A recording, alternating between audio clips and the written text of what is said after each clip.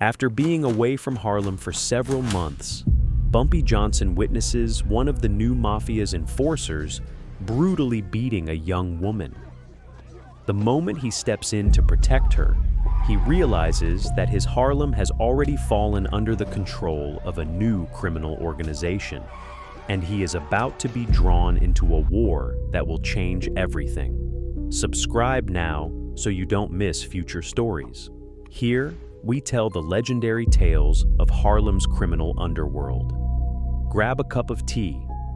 We're just getting started. 6:42. The train left Philadelphia before sunrise. No applause, no farewell crowd, only iron wheels, wet windows, a conductor who checked Bumpy Johnson's ticket twice and decided not to ask why a man in an expensive dark suit was traveling alone. 3 months earlier, Bumpy had arrived in Philadelphia with 2 shirts, 1 suitcase, and no return date. His oldest friend, Walter Gaines, had been dying. Not quickly. Quick deaths are generous. Walter's illness worked slowly. It took his breath 1 inch at a time. It reduced a man who had once carried Bumpy through a burning doorway to a narrow shape beneath white hospital sheets. Some debts cannot be paid. They can only be witnessed. So Bumpy stayed. Time isn't numbers.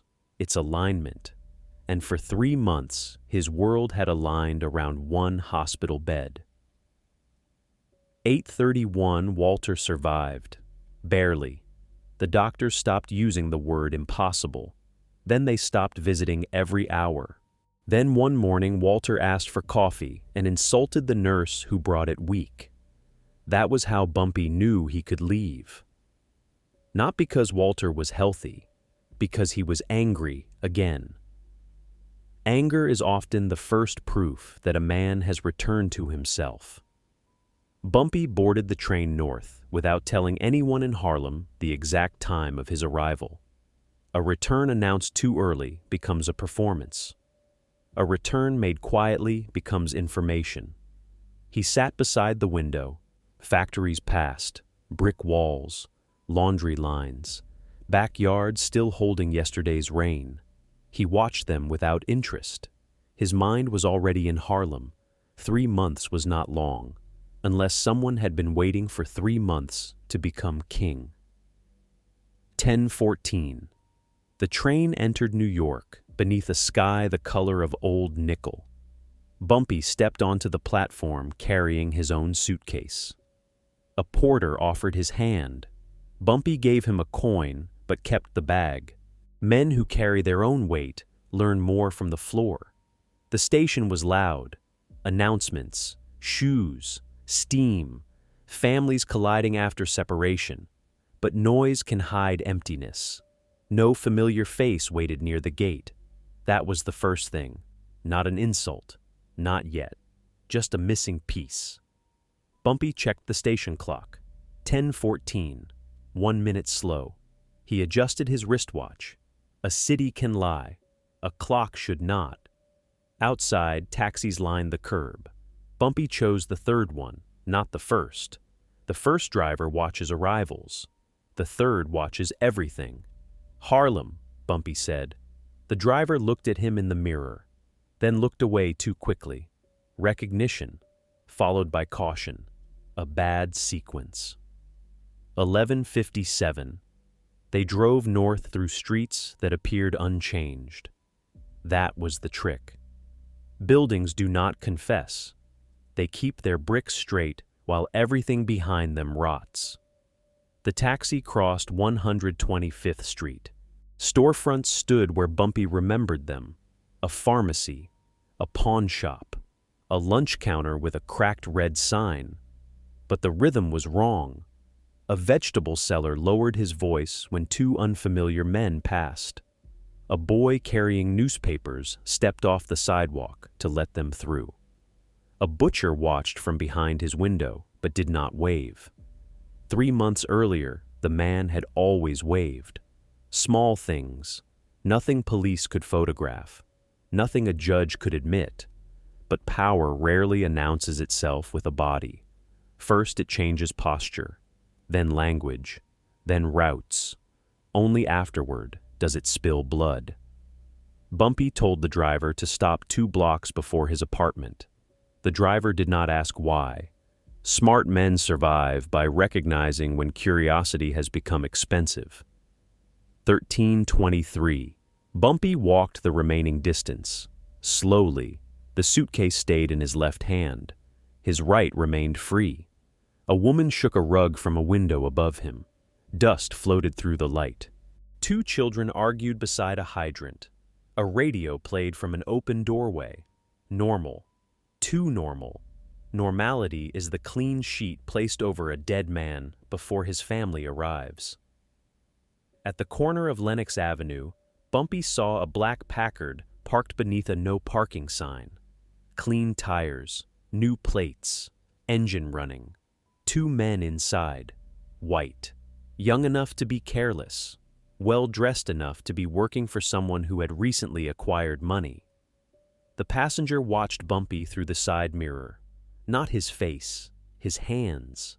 Professionals look at hands. Amateurs stare at eyes. Bumpy kept walking. The Packard remained still. That mattered more than if it had followed. 14:48. His apartment had not been touched. The lock turned smoothly. No scratch marks. No dust disturbed near the frame.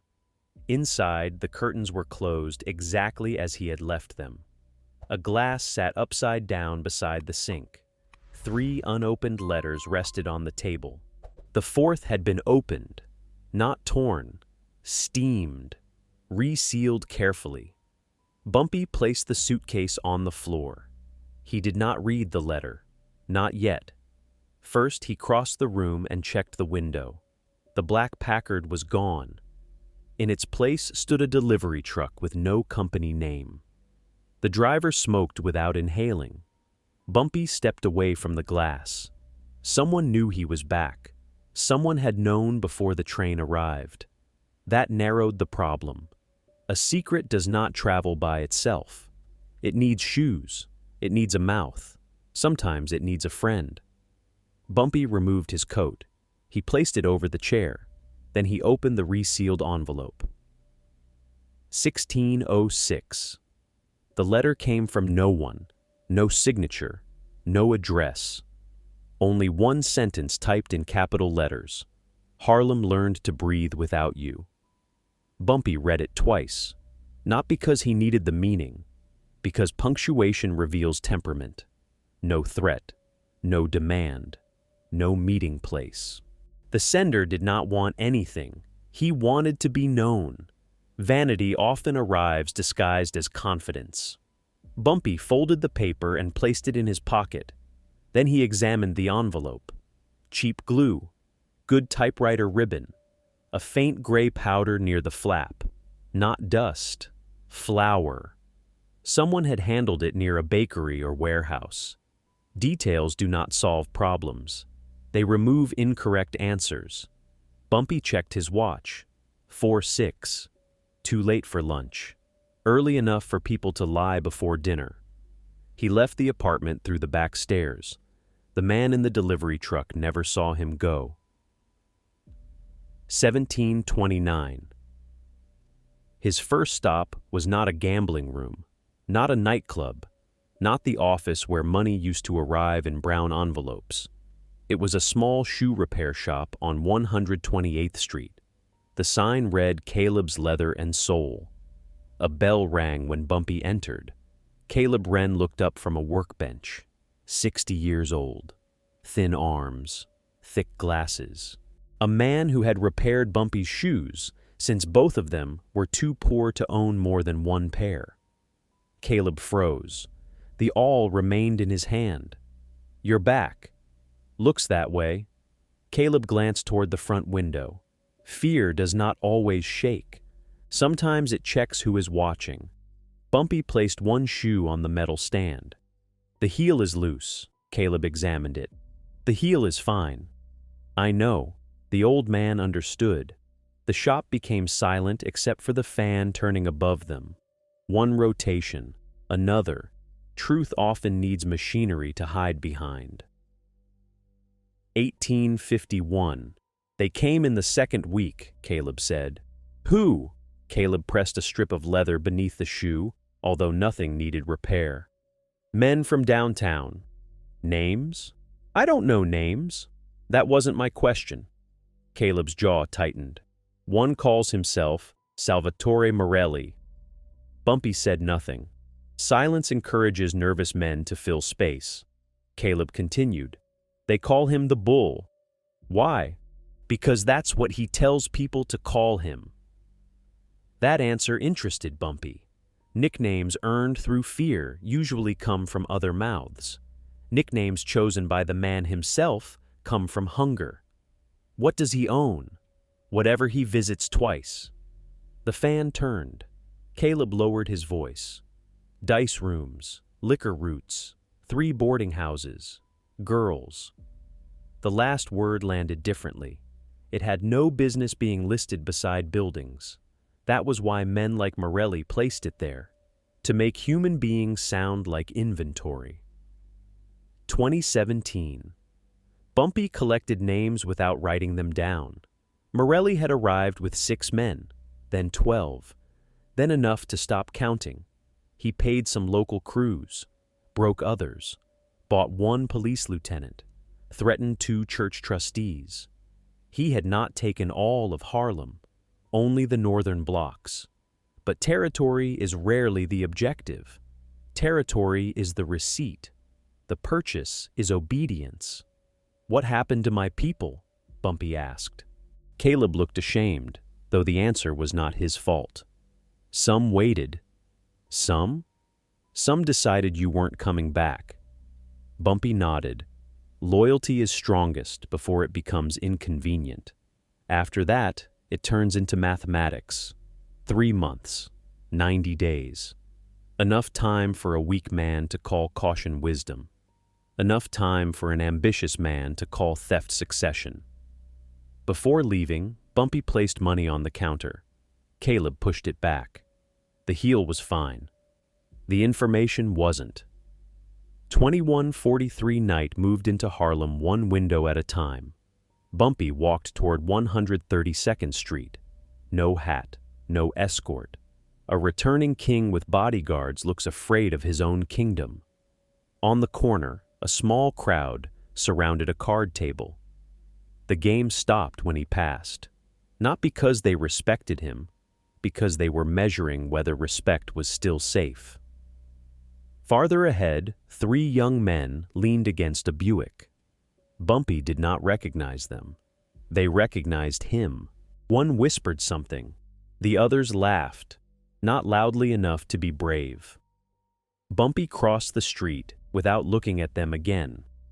A warning answered too early becomes permission to negotiate. He was not ready to negotiate. First, he needed to understand the shape of the thing. Morelli's name had reached barbershops, churches, kitchens, and sidewalks. But names are smoke. Bumpy wanted the fire. 2308. He found it outside a narrow restaurant called the Blue Lantern. The place had once served chicken until midnight and cards until dawn. Now 2 white men stood at the entrance collecting coins from customers before they entered. Not an admission charge, a reminder. A short black man in a delivery apron approached, carrying a crate of bottled soda. One of the guards stopped him. "You're late." The truck broke down. The guard took a bottle from the crate, opened it, poured it over the man's shoes. Then he smiled. "Now you're wet too." The people waiting in line stared at the wall. Humiliation needs witnesses. That is what separates punishment from theater. Bumpy remained across the street. He did not intervene. Not because he approved, because one cruelty can reveal 5 men if allowed to continue.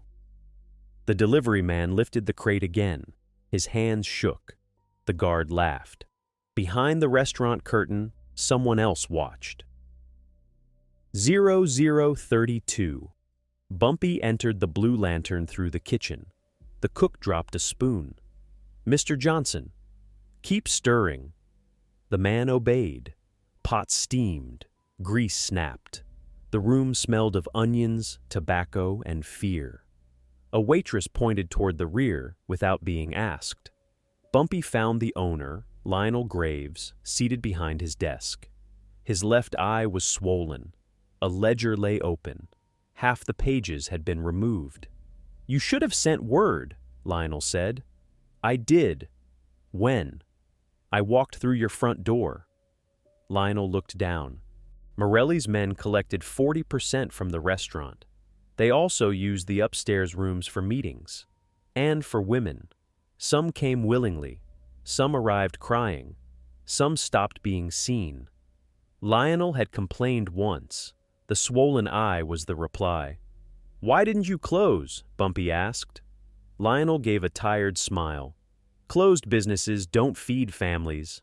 Neither do Graves. That's what they told me." 2:04. Bumpy asked about the girls. Lionel resisted, then surrendered one detail at a time. A red-headed woman named Nora had vanished 2 weeks earlier. A younger girl called Pearl had been taken from a bus stop. Another, Clara Bennett, had escaped from one of Morelli's rooms. Nobody knew where she was. Morelli wanted her found. "That why they're watching the streets?" Bumpy asked. Lionel nodded. "She knows where he keeps records." "What records?" "Names, payments, who owns who." People cannot truly own people, but they can own the doors. The rent, the police officer who ignores the scream. That is close enough for cruel men. Bumpy closed the damaged ledger. Paper remembers what frightened men try to forget. "Where did Clara run?" "I don't know." Bumpy looked at Lionel's swollen eye. "You do." A long pause, then an address, not spoken, written with one finger in spilled whiskey. 327. The address led to a basement laundry on 134th Street, closed at night. One yellow bulb burned behind the glass. Bumpy knocked 3 times. Pause. Twice. The door opened only 4 inches. An older woman stared at him through the gap. "Laundry's closed. I don't need clean clothes." "Everybody does." Her hand remained hidden behind the door, probably holding a knife. "Good." Bumpy gave his name. Nothing changed in her face. Recognition is not trust. Trust is recognition that has survived evidence. Finally, she opened the door. Her name was Maybelle Trent. She had hidden girls before. Not for money, because she remembered being young in a neighborhood where men counted women like chips. "Clara isn't here," she said. Bumpy looked at the wet footprints crossing the floor. Small shoes. Fresh. "She doesn't have to be." From behind a hanging sheet came a quiet breath. Fear is loudest when it tries to disappear. 4:51 Clara Bennett stepped into the light. 22, maybe younger. A bruise darkened one side of her face. Her lower lip had split and healed badly. She wore a borrowed coat too large at the shoulders. Her eyes moved quickly. Door, window, Bumpy's hands, Maybelle, door again. People who have been hunted stop looking at faces. They look at exits. "You're Bumpy Johnson," Clara said. "Sometimes." "Morelli says you ran." "Morelli says many things. He says Harlem belongs to him." Bumpy pulled a chair away from the wall. He sat, lower than she stood. Power that needs height is usually borrowed. "Tell me what happened." Clara did not answer. Instead, she asked the question frightened people always ask first. "What happens after I tell you?" "Tonight?" "Yes. You sleep." "And tomorrow?" "Tomorrow depends on whether you tell the truth." 6:13. Clara had worked the streets for 2 years, not because she wanted danger, because rent does not care about desire. Her mother was dead. Her younger brother lived with relatives in Newark. Clara sent him money every month and lied about where it came from. Before Morelli, She worked alone. She chose her hours, kept her earnings, avoided violent men when she could. Then Morelli's people arrived. They demanded half. A month later, 2/3. Then all of it. Clara refused to bring another girl into their rooms. That was her crime. Not disobedience, interference with expansion. Morelli beat her personally, slowly. He wanted the others to hear. Pain teaches one person. Sound teaches the building. Clara escaped 3 nights later through a coal chute. She had been moving ever since. No home, no money, only a secret Morelli believed worth killing for. 7:38. What secret? Bumpy asked. Clara looked at Maybelle. The older woman nodded. Morelli keeps a black notebook, Clara said. Not with money, with favors. Police names, business owners, politicians, men who visited the rooms but preached morality on Sundays. Dates, amounts, photographs. Morelli did not simply collect payment. He collected shame. Money buys obedience once. Shame renews itself. Where is it? I don't know now. Where was it? In a safe above the Alhambra rooms. Bumpy knew the building. An old dance hall near 7th Avenue, closed since the roof fire. Morelli had reopened it without a sign. What else? Clara hesitated. One of your men works for him. Bumpy's face did not change. The room did. Maybelle stopped breathing for half a second. Betrayal is never surprising. Only the name can be. Which man? I never heard his name. What did you see? A silver watch, blue stone in the crown. Bumpy knew exactly who owned it. 9:02. Bumpy left the laundry as morning reached the rooftops. He did not tell Clara she was safe. Safety promised too early is another kind of lie. He told Maybelle to move her before noon. Different coat, different route. No taxi. Taxis remember. At the corner, Bumpy bought coffee from a street cart. The vendor tried to refuse payment. Bumpy placed the coin down anyway. Free coffee becomes a story. Stories become routes. Routes become bullets. Across the avenue, the black Packard had returned. This time, 3 men sat inside. The passenger door opened. A broad-shouldered Italian stepped onto the sidewalk. 40s, heavy jaw, camel-colored coat, no hat despite the cold. He did not cross the street. He simply looked at Bumpy and smiled. Not Morelli, too patient, but close enough to deliver a message. Bumpy drank the coffee. The man touched 2 fingers to his temple.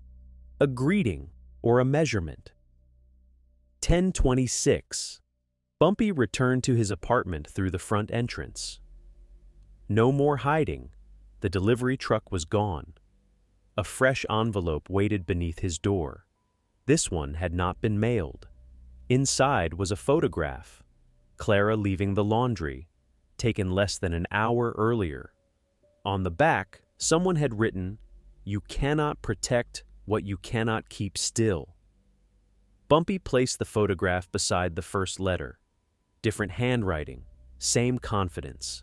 That meant Morelli had layers, a public mouth, a private hand, probably a third man for the violence. Organizations reveal themselves through tone. One threatens, one records, one cleans. Bumpy checked his watch. 10:26. He called no one, not yet. A telephone is useful only when you know who will repeat what they hear.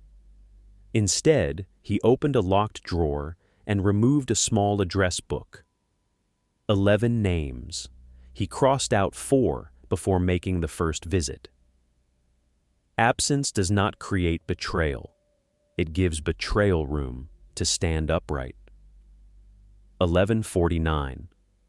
The first name belonged to Isaac Red, a former boxer who managed one of Bumpy's card rooms. The room was now empty, chairs stacked, windows covered with newspaper. Isaac stood in the center holding a broom he had not used. On his wrist was a silver watch, a blue stone set into the crown. Bumpy closed the door behind him. Isaac looked at the watch, then at Bumpy. Guilt often checks the evidence before defending itself. "You came back early," Isaac said. "I came back when I chose. I heard Walter was worse." "He got better," Isaac nodded. "That's good. For Walter." Silence. Dust moved in the beam beneath the door. Bumpy did not accuse him. Accusations give weak men something to deny. Instead, he asked, "How much?" Isaac's shoulders fell. "Not all the way. Enough. Morelli promised I'd keep the room." "You don't have a room." "I know." 1311. Isaac had joined Morelli after the 6th week. Not for money, for certainty. Bumpy was gone. Calls went unanswered. Collections weakened. 2 crews stopped showing up. Morelli arrived every Tuesday at the same hour and made promises in complete sentences. Certainty seduces frightened men, even false certainty. "What did you give him?" Bumpy asked. "Schedules." "What else?" "Names." "What else?" Isaac looked toward the blocked window. "Your return." There it was, the station, the letters, the watchers. Isaac had not merely abandoned his position, he had sold the clock. Bumpy stepped closer. Isaac's fists tightened. Old reflex, bad timing. "You going to kill me?" "No." Relief appeared too quickly. Bumpy continued. "You're going to work for him." Isaac stared. "I already do. Now you're going to do it correctly." Bumpy gave him 3 instructions. None involved loyalty. Loyalty once sold should never be purchased back, only used. 1437. By afternoon, Harlem knew Bumpy had returned, not through newspapers, through interruptions. Collections paused. Conversations changed direction. Men who had laughed the previous night began checking mirrors. Morelli's people did not retreat. That would have shown doubt. Instead, they increased their presence.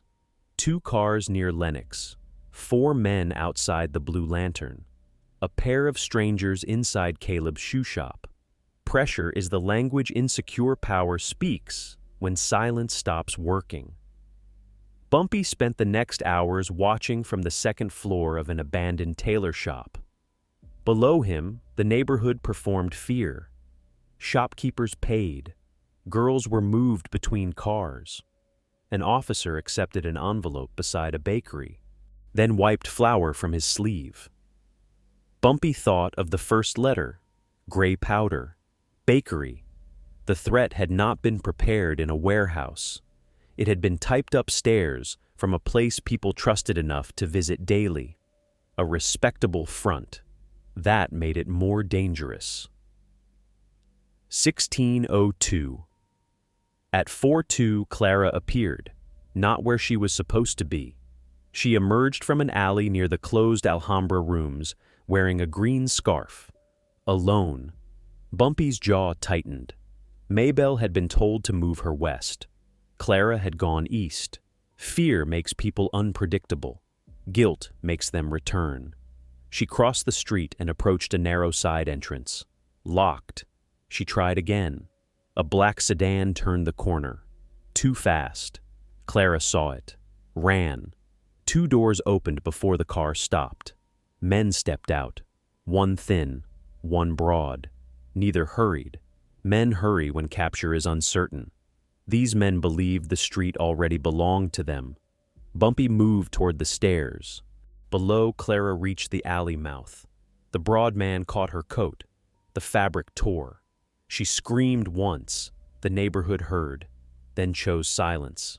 Silence here was not absence. It was surrender rehearsed daily. 1724. Bumpy reached the sidewalk. The thin man slapped Clara hard enough to turn her body. Mr. Morelli asked nicely. "No, he didn't," she said. The broad man laughed. "He will this time." They dragged her toward the sedan. Bumpy crossed the street.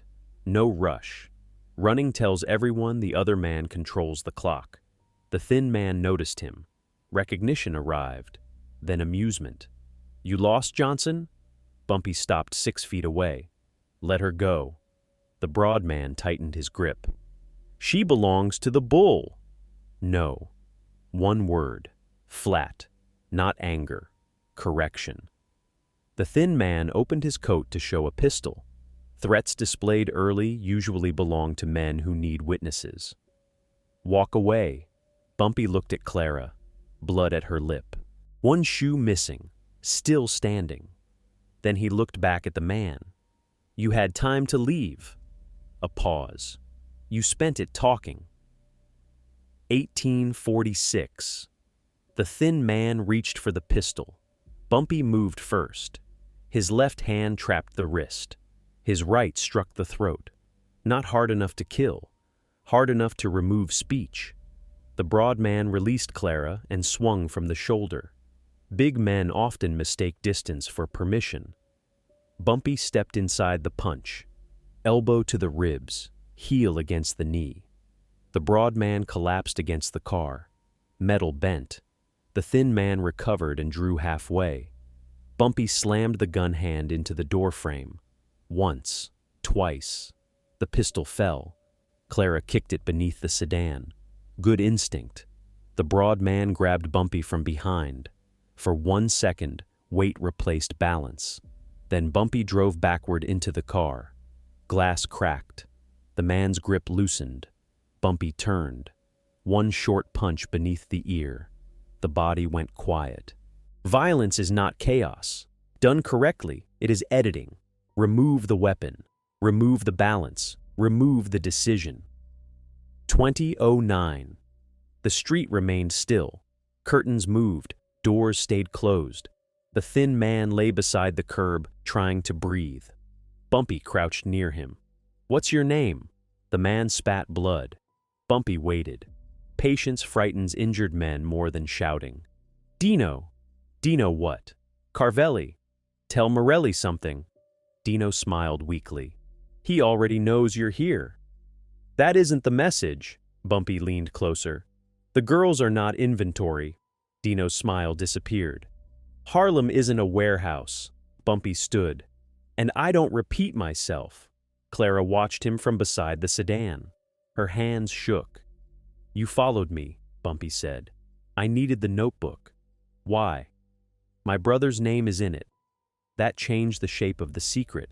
Not money, not revenge. Family. Family makes careful people reckless. Bumpy picked up her missing shoe and handed it back. "You nearly died for paper." "No," Clara said, "for what the paper can destroy." 2133. A siren sounded 3 blocks away. Too soon. Someone had called before the fight began. That meant the confrontation had been expected, maybe arranged. Bumpy looked toward the windows above the Alhambra rooms. A curtain moved on the 3rd floor. A silhouette stepped back. The broad-shouldered man from the Packard, watching, timing, testing. The sedan had not arrived by chance. Clara had been allowed to escape, allowed to approach the building, allowed to be seen. A trap does not always close on the victim. Sometimes it only measures the rescuer. "Move," Bumpy said. Clara limped toward the alley. Bumpy followed. They disappeared through a rear courtyard before the patrol car reached the street. Behind them, Dino Carvelli raised himself on one elbow. He looked at the cracked window, then at the gun beneath the car, then toward the place Bumpy had vanished. Understanding always comes late. That is why it costs so much. 2258 Bumpy took Clara to an empty room above a funeral supply store. No sign outside. No neighbors who asked questions. He cleaned the cut on her lip himself. She watched him carefully. "Why did you help me?" "You were there." "That's not an answer. It's the only one you need tonight." Clara looked toward the covered window. Morelli will come for you now. He was already coming. I made it worse. No. Bumpy tied the bandage. You made it visible. Hidden wars favor the man who already controls the ground. Visible wars give everyone a choice. That was what Morelli had avoided. Choice. He wanted the shopkeepers frightened separately, the girls beaten separately, the policemen paid separately. People divided do not become a neighborhood. They become accounts. Bumpy stood. Tell me everything about the Alhambra rooms. Clara began with the doors. Bumpy listened for the spaces between her words. 021. There were two entrances, one safe, one hidden behind a boiler wall. Morelli used the upper floor for meetings. The second floor held women, cards, and cameras. The safe was moved every Thursday. Tonight was Wednesday. The black notebook might still be inside. But Bumpy did not plan to take it. Not yet. Stealing evidence would frighten Morelli. Leaving it in place would let him believe his structure remained invisible. Information is strongest before the enemy knows it has changed owners. Clara described guards, schedules, a freight elevator that stopped between floors, a janitor named Mr. Vale who pretended to be deaf. Bumpy memorized every detail. Then he asked one question. Why did Morelli let you escape the first time? Clara stared at him. I escaped. Maybe. The word hurt her more than accusation. Because it opened a door she had not seen. Some escapes are only longer cages. 147 Bumpy left Clara with food, money, and one instruction. Do not move before daylight. This time she believed him. Outside, rain had started. Thin, cold. The kind that cleans nothing. He walked toward Lenox Avenue. At the corner, the black Packard waited beneath a street lamp. The broad-shouldered man stood beside it. Alone. Bumpy stopped across the street. Neither approached. Traffic passed between them. A bus, a taxi, a delivery van. The city placing seconds between two decisions. Finally, the man called out. Mr. Morelli appreciates restraint. Bumpy said nothing. He expected bodies. Then he was disappointed. The man smiled. My name is Victor Sanzone. Not Morelli's fighter. His voice. Every organization has one man who translates brutality into manners. Victor opened the rear door of the Packard. Empty seat. An invitation. Or an insult. Mr. Morelli would like breakfast. Bumpy checked his watch. 1:47. Breakfast is later. 3:12. Victor's smile narrowed. He prefers to settle misunderstandings before they become expensive. They're already expensive. For whom? Bumpy looked toward the northern blocks. Lights in windows. People awake behind curtains. Girls hiding in rooms. Shopkeepers counting what remained after payments. For everyone who thinks he owns something he can't keep. Victor closed the car door. Softly. Soft as just wrapping for a blade. You've been gone a long time. 3 months. Long enough. For what? Victor adjusted his cuff. For Harlem to discover it doesn't need legends. Bumpy nodded once. That sentence had been rehearsed. Probably by Morelli himself. Men who hate legends usually want the job.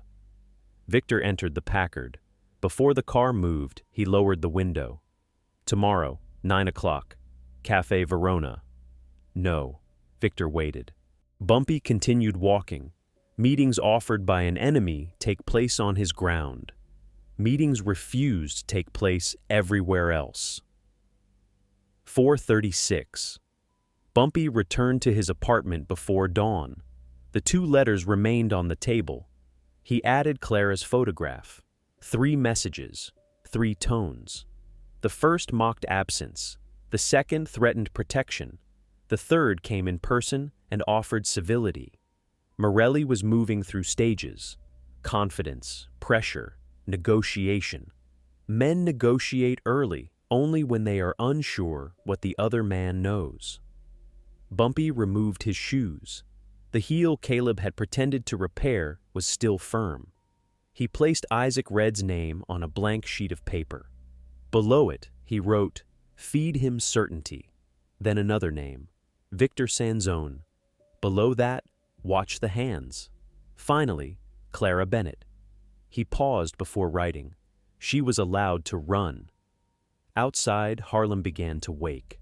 Trucks, doors, footsteps. The neighborhood sounded alive. But life and freedom are different measurements. 6 o'clock. At 6 exactly, a telephone rang in Salvatore Morelli's private room above Cafe Verona. Victor Sanzone answered. He listened, said nothing, then carried the receiver across the room. Morelli sat alone at a table laid for breakfast. Heavy shoulders, thick fingers, a pale scar along his chin. He wore suspenders over a white undershirt and cut an orange into equal pieces. Victor handed him the telephone.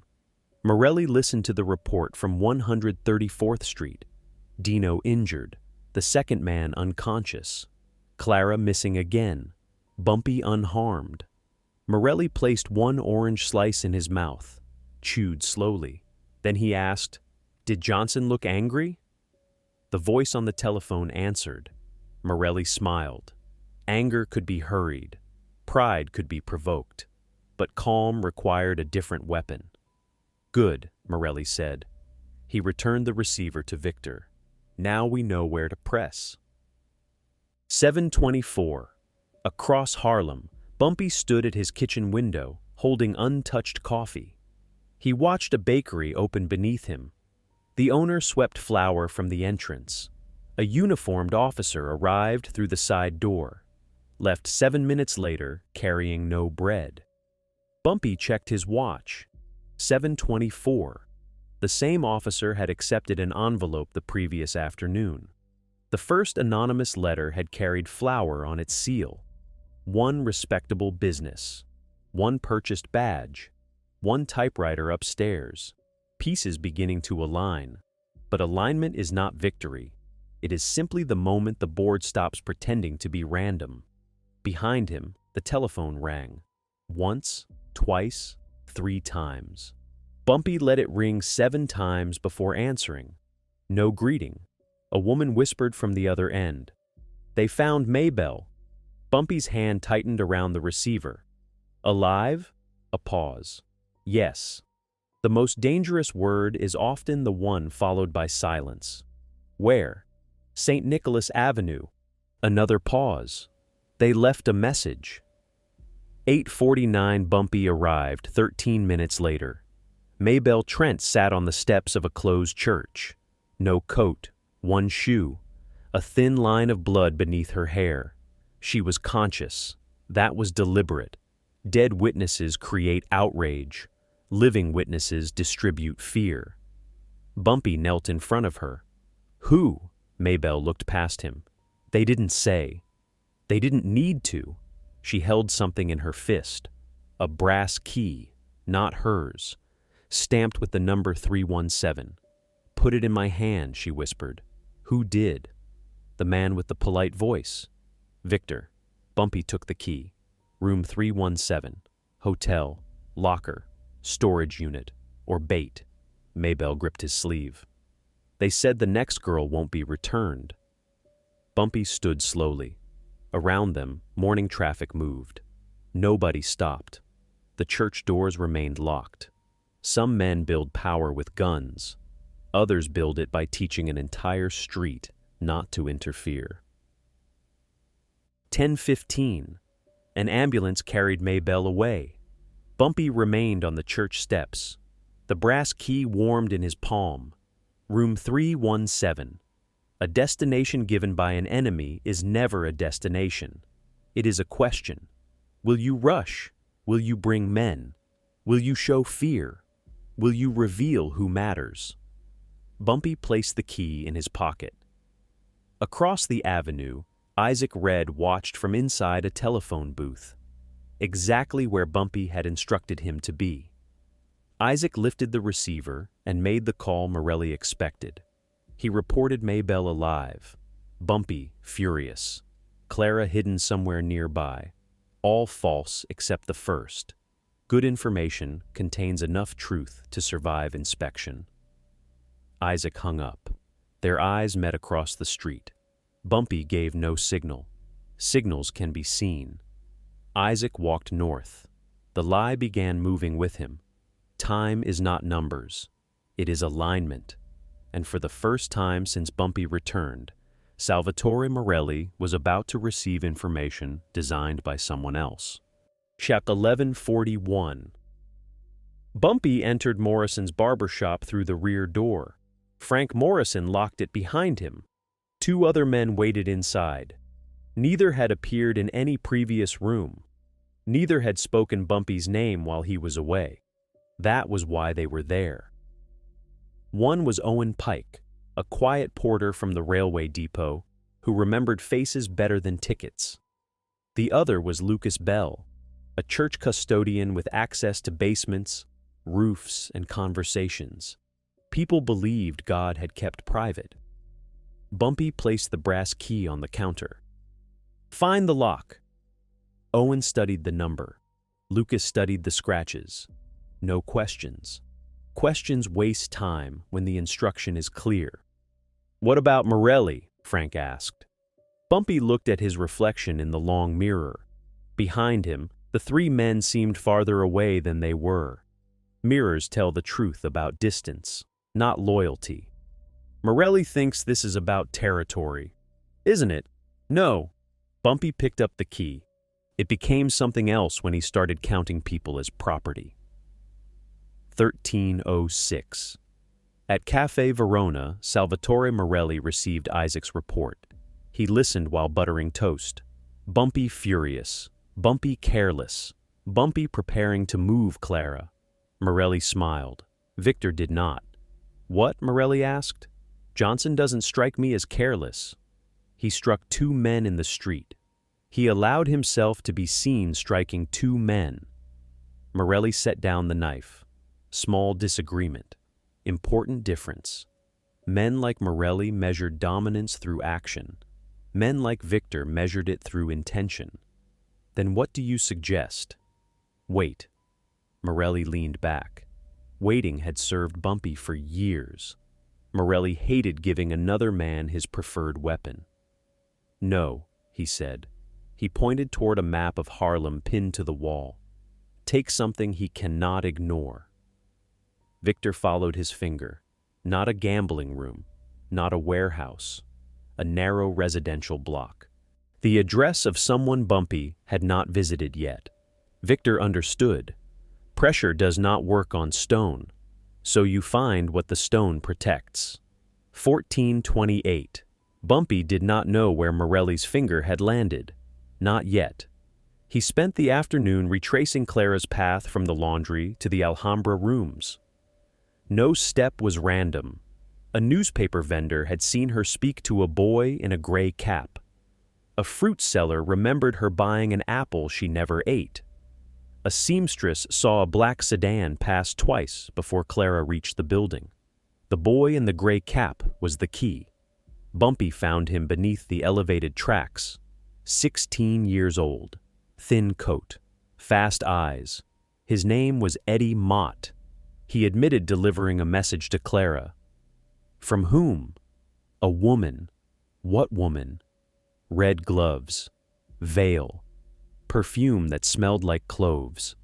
The message claimed Clara's brother had been taken. That was why she returned to the Alhambra rooms.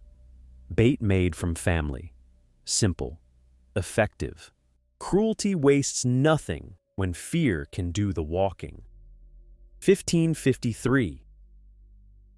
Was her brother taken? Eddie asked. Bumpy studied him. The boy was frightened, but not guilty enough. He had not known what the message would cause. No, relief crossed Eddie's face. Then another thought. How do you know? I don't. Bumpy handed him $5. The boy hesitated. For what? To remember the woman. I already told you. You told me what you noticed. Bumpy pointed to the tracks above them. A train thundered past. The ground shook. When the noise stops, tell me what you forgot. The train passed. Silence returned. Eddie closed his eyes. She had a burn mark on her left wrist. Useful. And she said one name. What name? Victor. Bumpy nodded. The polite voice again. Victor did not merely translate Morelli's violence. He designed its direction. The bull charged. Victor chose what stood in front of him. That made Victor more dangerous and more necessary. 1716. By late afternoon, Owen Pike found the lock. The key marked 317 belonged to a luggage room at the Hamilton Arms Hotel, 6 blocks south of the Alhambra. A respectable building. Bellman, marble floor. No questions asked if a man's shoes were polished. Locker 317 had been rented that morning under a false name. Bumpy did not open it. He had Lucas Bell reserve the adjoining locker. Then he placed a folded newspaper inside. Nothing else. An empty answer to a loaded question. At 6, a hotel clerk would report that someone had accessed 317. Morelli would believe Bumpy had taken the bait. Belief is easier to direct than movement. Movement leaves tracks. Bumpy instructed Owen to watch the front entrance. Lucas watched the service stairs. Bumpy waited across the street in a closed tax office. No gun on the desk. Only a pencil. Steel ends one conversation. A pencil can start 10. 1841. At 6:41, Victor Sanzone entered the Hamilton Arms. Camel-colored coat, red tie, no hat. He crossed the lobby without looking around. Professionals avoid obvious surveillance. Experienced professionals watch reflections. Victor checked the brass elevator doors, saw the lobby behind him, saw Owen pretending to read a newspaper, did not see Lucas in the service corridor, did not see Bumpy behind the dark tax office window. Victor went upstairs, stayed 8 minutes, returned carrying nothing. That mattered. Locker 317 had not contained an object meant for Bumpy. It had contained proof of whether he would come. A test. Victor stepped outside and lit a cigarette. His eyes moved toward the tax office. Stopped for half a second, then continued. Maybe he saw Bumpy. Maybe he felt him. Instinct is just experience speaking without evidence. Victor entered a taxi. Bumpy wrote down the cab number. The pencil made less noise than a gunshot. It would travel farther. 20:05. The taxi led to a private house on Edgecombe Avenue, not Morelli's home. Too modest. Curtains closed. Front steps freshly washed. Victor entered through the rear. 10 minutes later, a woman emerged from the front door wearing red gloves. No veil. A burn mark visible above her left wrist. The messenger who had lured Clara. She carried a nurse's bag. Bumpy watched from a parked truck. The woman walked 3 blocks and entered a clinic. The sign read, Dr. Adrian Vale, private practice. Vale, the same name Clara had given for the supposedly deaf janitor at the Alhambra rooms. Not a coincidence. Coincidence is the word people use when they cannot see the bridge. 1 man, 2 identities. Janitor below, doctor above. Morelli's operation was not simply rooms and violence. It had medical cover, a place to treat injuries, a place to change records, maybe a place to make women disappear without bodies entering hospitals under their real names. The conflict widened, quietly. That was how serious things grew. 21:32 Bumpy returned to Clara before nightfall. She was angry. Fear had converted itself. What happened to Maybelle? She's alive. Because of me? Because of Morelli? That's not what I asked. Bumpy placed the photograph taken outside the laundry on the table. Clara stared at it, then at him. They knew. Yes, they always knew. Probably. Her face emptied. Hope is painful when removed quickly. Bumpy told her about the boy, the false message, the woman in red gloves, Dr. Adrian Vale. Clara sat down. I saw him. Where? At the Alhambra. He treated the girls when Morelli didn't want hospitals asking questions. What else? He gave some of them injections. What kind? I don't know. What happened afterward? They slept. For how long? Clara's answer was almost soundless. Some didn't come back. The room seemed smaller. Morelli was no longer just collecting money. He was erasing people. 2257 Bumpy did not react in front of Clara. Reaction belongs to the person who receives information. Decision belongs to the person who can use it. He asked for names. Clara gave 7. Nora Vance, Pearl Moss, June Avery, Esther Cole, Mina Parks, Ruby Shaw, a girl known only as Little Anne, 7 missing women, 7 families probably told they had left town, 7 empty spaces explained by shame. Shame is useful to predators because it silences victims and relatives at the same time. Bumpy wrote the names in his address book, not as casualties, as accounts waiting to be settled. Are they dead? Clara asked. I don't know. Morelli knows. Then we'll ask him. She looked up. When? Bumpy closed the book. When the question costs him more than the answer. Outside, a car slowed, did not stop, continued. Clara listened until the engine disappeared. Bumpy watched the window. The war had not started with the street fight. It had started when people began disappearing quietly. 019. Near midnight, Isaac Red delivered his second report to Morelli. Bumpy had taken the key. Bumpy had visited the hotel. Bumpy believed Clara's brother was being held. 3 lies arranged around one fact. Morelli accepted them. Victor remained skeptical. Johnson didn't open the locker, he said. Isaac's heart stumbled. Morelli noticed Victor's tone, not Isaac's face. How do you know? The dust seal was intact. A trap inside a trap. Victor had never intended the key alone to measure Bumpy. He had marked the lock. Isaac understood immediately. Bumpy had predicted movement. Victor had predicted inspection. Now both sides were measuring the measurement. Morelli leaned toward Isaac. Where is Clara? I don't know. The truth sounded weak after so many lies. Morelli stared. Victor smiled politely.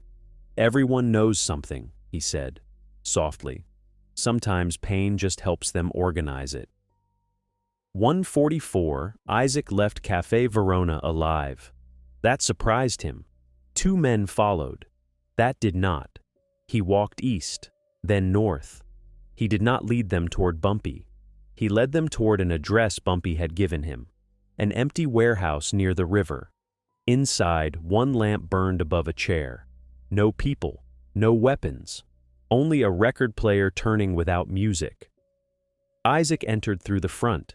The 2 men waited outside. From the alley, Lucas Bell photographed their faces with a small borrowed camera. 1 flash, covered by the passing train. The men never saw it. Isaac exited through a side door and disappeared beneath the tracks.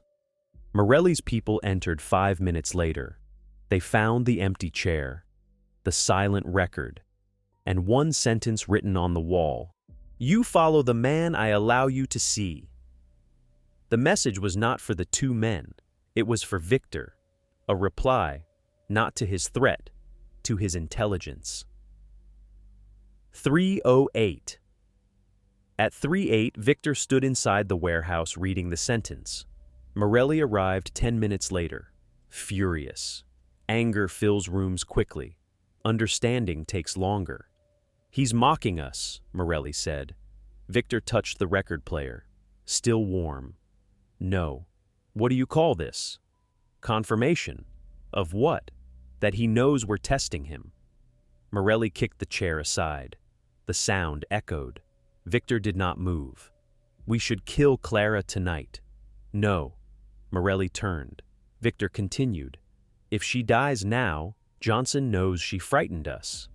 She did frighten us. Then don't advertise it. Morelli's face hardened. Power hates advice because advice implies imperfection. But Victor was useful. Useful men are tolerated longer than liked. What does Johnson want? Morelli asked. Victor looked at the words on the wall. He wants us to move first. Morelli smiled. Finally, a question he knew how to answer. Then we move where he won't expect. 4:33 Bumpy returned home before dawn. The apartment door was unlocked. He had locked it. Inside, nothing appeared disturbed. The letters remained. The photograph remained. His coat hung over the chair. On the kitchen table sat a fresh orange cut into 4 equal pieces. No note, no weapon, no sign of forced entry. A message more intimate than threat. Someone had stood in his kitchen, used his knife, touched his plate. Morelli wanted him to understand that walls were not protection. Bumpy examined the orange. 1 slice missing. Arrogance had eaten before leaving. He checked the bedroom. Empty. The window. Locked from inside. Then he saw the photograph on the dresser. Old. Philadelphia. Walter Gaines in his hospital bed. Taken through the window 3 weeks earlier. Bumpy held it under the lamp. On the back, 1 sentence. Next time, your friend stops breathing. For the first time since returning, Bumpy's expression changed. Not fear. Alignment. The enemy had finally shown the direction of his hand. 5:57 Bumpy burned the photograph. Slowly, the flame reached Walter's face. Paper curled, blackened, disappeared. Threatening Bumpy was business. Threatening Clara was control. Threatening Walter was a mistake. Not because Walter was weak, because Morelli had reached beyond Harlem. He had revealed contacts, travel, information, infrastructure. A man who can watch Philadelphia from New York has more than street soldiers. He has telephones, clerks, police, maybe hospital staff. This was bigger than Salvatore Morelli walking into empty gambling rooms. But size creates weight. Weight creates dependence. Dependence creates points of failure. Bumpy watched the ashes settle into the sink. Then he called Philadelphia. Walter answered after 4 rings. Ellsworth? You awake? I am now. Leave the hospital. A pause. Walter knew Bumpy's voice. No questions. When? Before 7. Where? Anywhere the nurse doesn't know. The line went quiet. Then Walter said, You brought trouble home? Bumpy looked at the orange on his table. No. Trouble followed me. 7:20. At 7:20, Bumpy left his apartment. He did not look back. The street was wet from overnight rain. Shopkeepers raised shutters. Children carried books. A woman washed blood from the curb where Dino Carvelli had fallen. Harlem continued. It always continued. That was its strength. And its weakness. A neighborhood that survives everything can become accustomed to surviving what it should destroy. Bumpy walked north. No escort. No visible weapon. In his pocket were 7 missing names, 1 brass key, and the address of Dr. Adrian Vale's clinic. Behind him, a door opened. Footsteps followed. Not close, not far. Bumpy did not turn. He checked his watch. 7:20. Exactly. Time was aligned again. But alignment did not mean control. Not yet. Somewhere ahead, Salvatore Morelli believed he had found Bumpy Johnson's weakness. Somewhere behind, Victor Sanzone was watching how Bumpy carried it. And somewhere inside Harlem, 7 women had disappeared without the city deciding whether their absence counted. Bumpy had returned intending to reclaim order. Now he understood the truth. There was no order left to reclaim.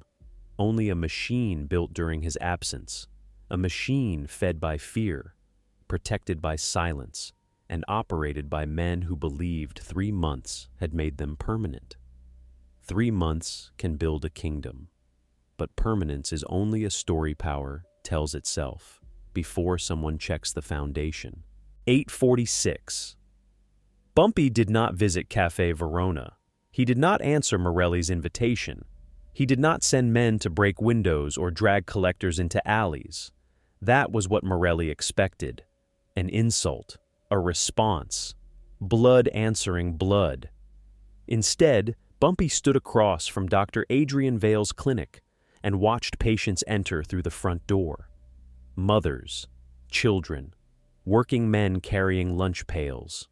A respectable place. Respectability is useful camouflage because decent people defend it without knowing what lives underneath. At 8:46, the woman with red gloves arrived. She carried the same nurse's bag. A man opened the side door before she knocked. He had been waiting. Bumpy checked his watch. Waiting creates schedules. Schedules create patterns. Patterns turn secrets into addresses. 10:02. Owen Pike followed the woman. Lucas Bell watched the clinic. Bumpy took the 3rd position. Not close enough to be remembered. Not far enough to lose the thread. The woman crossed 3 blocks and entered a public records building. She stayed 22 minutes. When she came out, the nurse's bag looked heavier. Documents, not medicine. She continued to a small photography studio above a tailor shop. No sign advertised portraits. The curtains stayed closed. 3 men entered during the next hour. A police sergeant, a city inspector, a preacher from a church near 137th Street. Each entered alone. Each left looking relieved. Men do not visit secret photographers to preserve happy memories. They visit to control which memories survive. Morelli's black notebook was only one weapon. The photographs were another. Paper recorded the debt. Pictures made denial expensive. 11:19. Bumpy entered the public records building after the lunch crowd arrived. Crowds hide faces. Routine hides purpose. He moved through the corridor carrying an empty envelope. People trust a man holding paper. Paper suggests permission. On the 2nd floor, a clerk named Samuel Dorsey worked behind a wooden counter. 50. Clean collar. Ink on 2 fingers. The woman in red gloves had spoken to him. Bumpy placed the empty envelope on the counter. "I need a birth certificate corrected." Samuel did not look up. "Form 22. "I don't need a form." Now the clerk looked. Recognition passed through him. Then fear. Not fear of Bumpy. Fear of who might learn they had spoken. That distinction mattered. Bumpy leaned closer. "What does Vale change?"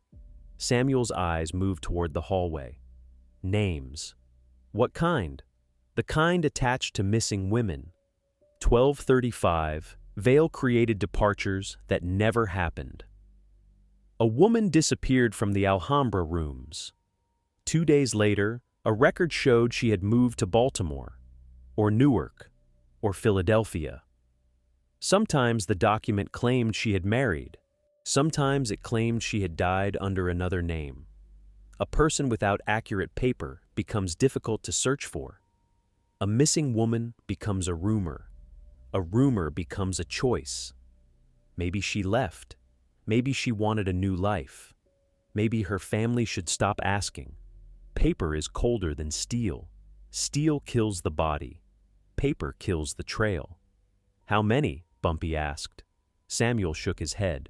"I only corrected what they brought." "How many?" 11. Clara knew 7 names. 4 were still invisible. Morelli's organization was larger than fear on a street corner. It had desks, stamps, cabinets, men who washed violence in official ink. 1352. Bumpy did not threaten Samuel. Threats create temporary obedience. He gave the clerk a choice: continue altering records for Morelli, or begin making copies for Bumpy. Samuel stared at him. What happens if they find out? What happens if the families do? The clerk looked down. Guilt and fear are both weights. The heavier one decides the direction. Bumpy slid a folded sheet across the counter. An address, a church basement, a locked box. Every altered record would be copied and placed there before the original returned to Morelli's people. No telephone calls, Bumpy said. Samuel swallowed. And if I refuse? Bumpy picked up the empty envelope. Then I leave. The clerk seemed confused. Men expect violence from reputations. It comforts them. Violence makes refusal simple. Samuel looked toward the filing cabinets, then at the address. I'll need 2 days. You have 1. 1508. The first strike landed without anyone knowing it had begun. 3 of Morelli's liquor trucks left a warehouse near the East River. Only 1 reached Harlem. The second was stopped by city inspectors who had received an anonymous complaint about counterfeit tax seals.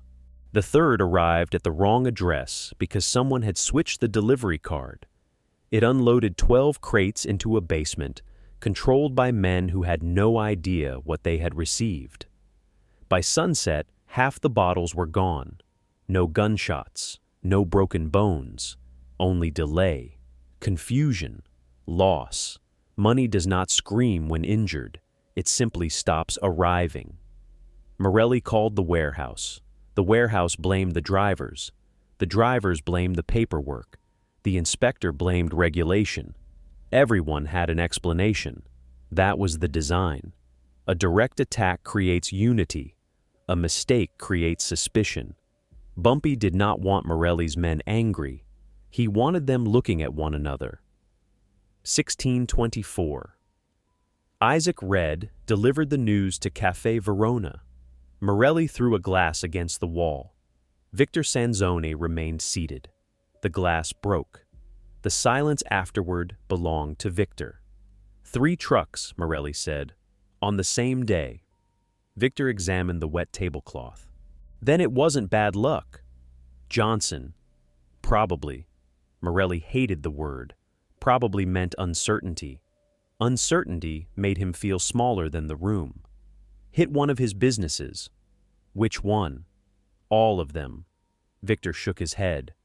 That tells him we don't know where he struck. Morelli stood. Heavy men use movement to make disagreement feel dangerous. Victor did not move. Then find out, Morelli said. I am. How? Victor looked toward Isaac. A glance. Nothing more. But Isaac felt it. Suspicion is not an accusation. It is the shadow that arrives first. 1741. Clara remained in the room above the funeral supply store. She hated staying still.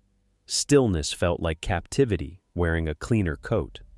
Bumpy brought food and a stack of copied city maps. What are these? Your memory. She frowned. He asked her to mark every place Morelli had kept women. Every apartment. Hotel room. Back entrance. Doctor's office. Car garage. Clara worked slowly. Trauma does not store events in order. It stores smells, sounds, doors, a wallpaper pattern, a cracked sink, the voice of a man outside the room. She marked 5 locations, then stopped at a 6th, a warehouse near the river. They took Pearl there. You saw her? I heard her. What happened? Clara pressed the pencil harder. After that night, nobody used her name. Silence can bury a person before the ground does. Bumpy circled the warehouse. Not a target. Not yet. A question. 1857. The woman with red gloves had a name, Vivian Cross. She had once worked at a hospital in Queens. Dismissed for stealing morphine. No conviction. The complaint disappeared before trial. 2 months later, she began working for Adrian Vale. Records showed no salary. Her apartment rent was paid in cash by a company called North Star Property Services. North Star owned nothing, no office, no employees, only a bank account. Lucas Bell followed the account to a funeral transport company. The company moved empty coffins at night. Empty was what the paperwork said. Paper is honest only when honesty is profitable. Bumpy studied the route sheets. The transport company made regular trips to New Jersey, always after a woman disappeared, never using the same road twice. Morelli's machine had another corridor, not a room, a route out of Harlem. Bumpy folded the schedules. Now he knew where fear traveled after the doors closed. 2013, he sent Owen Pike to the railway depot, not to stop the trucks, to learn who signed their fuel receipts. Receipts remember hands. Owen returned with one name, Dominic Vela, a Morelli driver, 36, married, 2 children, gambled more than he earned, owed money to 3 bookmakers. Debt creates doors. Bumpy did not threaten Dominic's family. Only weak men reach for children when the father will do. Instead, one of Bumpy's contacts quietly purchased Dominic's gambling debts. By midnight, Dominic no longer owed 3 bookmakers. He owed one man he had never met. The next morning, a note appeared beneath his windshield wiper. You do not have to change sides. Only change one route. No signature, no meeting place. A useful order is one a frightened man can obey without admitting he obeyed. 21:30, Morelli struck back. A grocery owner named Thomas Yarrow had spoken to Bumpy during his first walk through Harlem. Only 2 sentences. Nothing important. That did not matter. Morelli's men dragged Thomas from his store after closing. They broke 3 fingers, left him beneath his own sign. A message, not about information, about contact. Anyone who spoke to Bumpy would pay. By morning, the story had reached 12 blocks. Fear travels faster when the victim is ordinary. People imagine themselves in him. Bumpy visited the hospital. Thomas's hand rested beneath white bandages. I didn't tell you anything, he whispered. I know. They said I did. I know. Thomas looked toward the door. What are you going to do? Bumpy adjusted the blanket over his arm. Make sure they stop needing examples. It was not comfort. Comfort passes. It was a schedule. 22:46. That night, 3 men arrived at Thomas's grocery to collect Morelli's payment. The store was closed. The lights were off. A sign on the door read, "No deliveries until Monday." The collectors entered through the rear. Inside, every shelf was empty. The cash drawer open. The storeroom cleared. Bumpy had moved the merchandise to 5 nearby shops. No single owner knew the full plan. Each had received 2 crates and 1 instruction. Sell them. Keep half.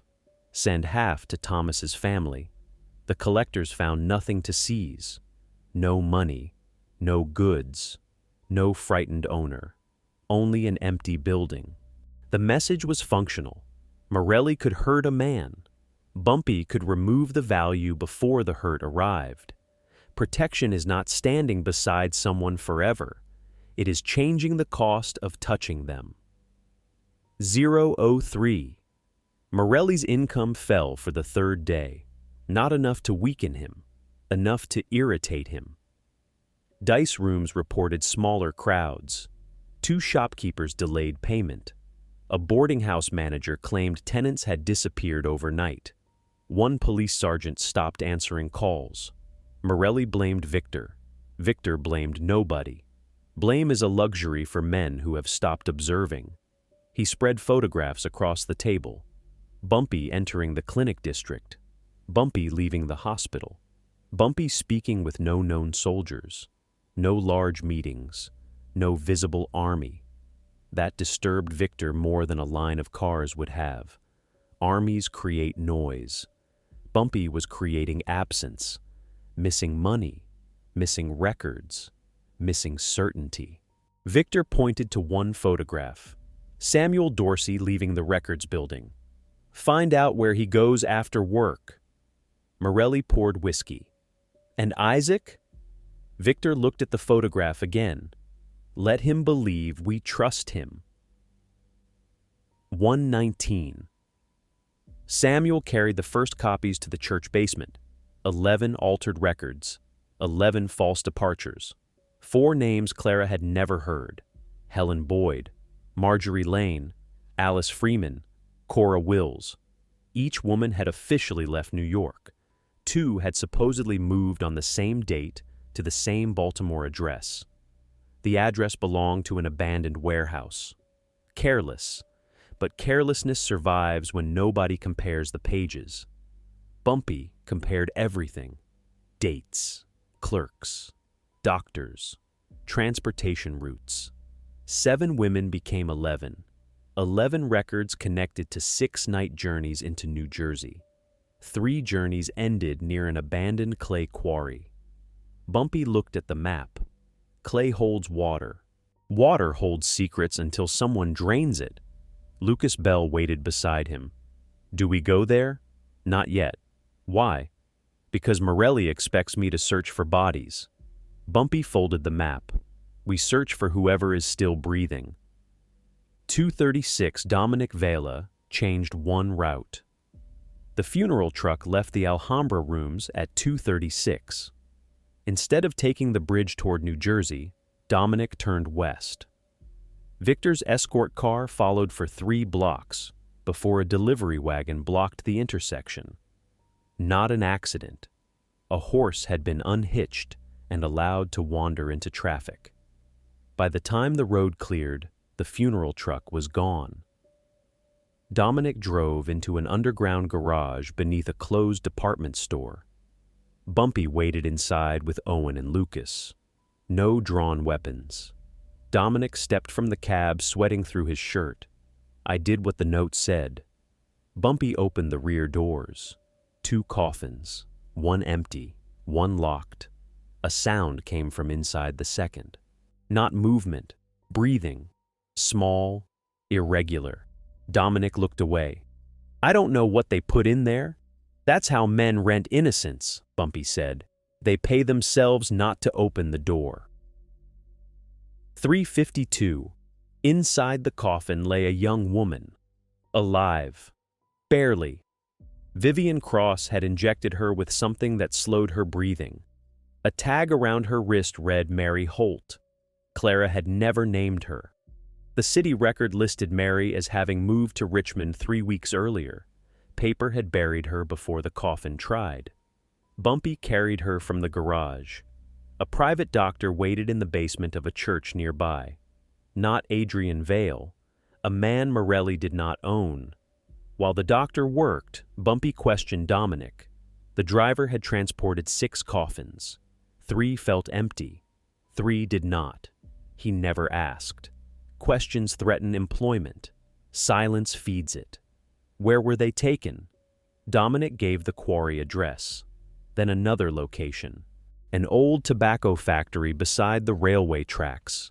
Used for meetings, storage, punishment. Morelli had built his quietest room where trains covered screams.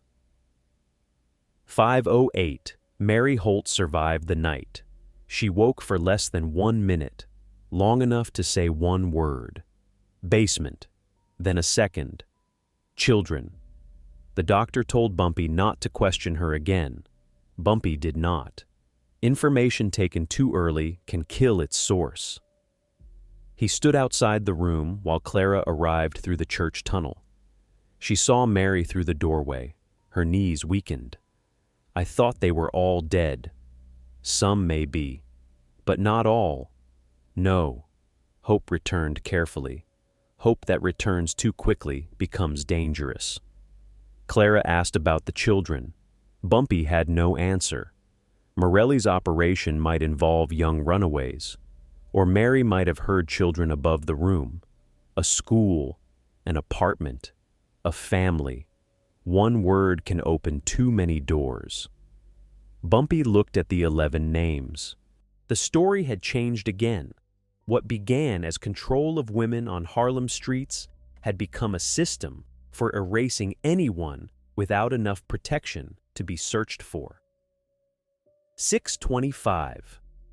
Morelli learned the funeral truck was missing at 6:25. Dominic did not answer his telephone. The escort car had lost him. Victor found the wandering horse. Cut harness, fresh marks, planned. Morelli ordered every room searched, every driver detained, every girl moved. Victor stopped him. Moving them confirms what Johnson found. He stole a truck. He wanted us to know he could. Morelli slammed both hands onto the table. He is taking my business apart. No, Victor's voice remained calm.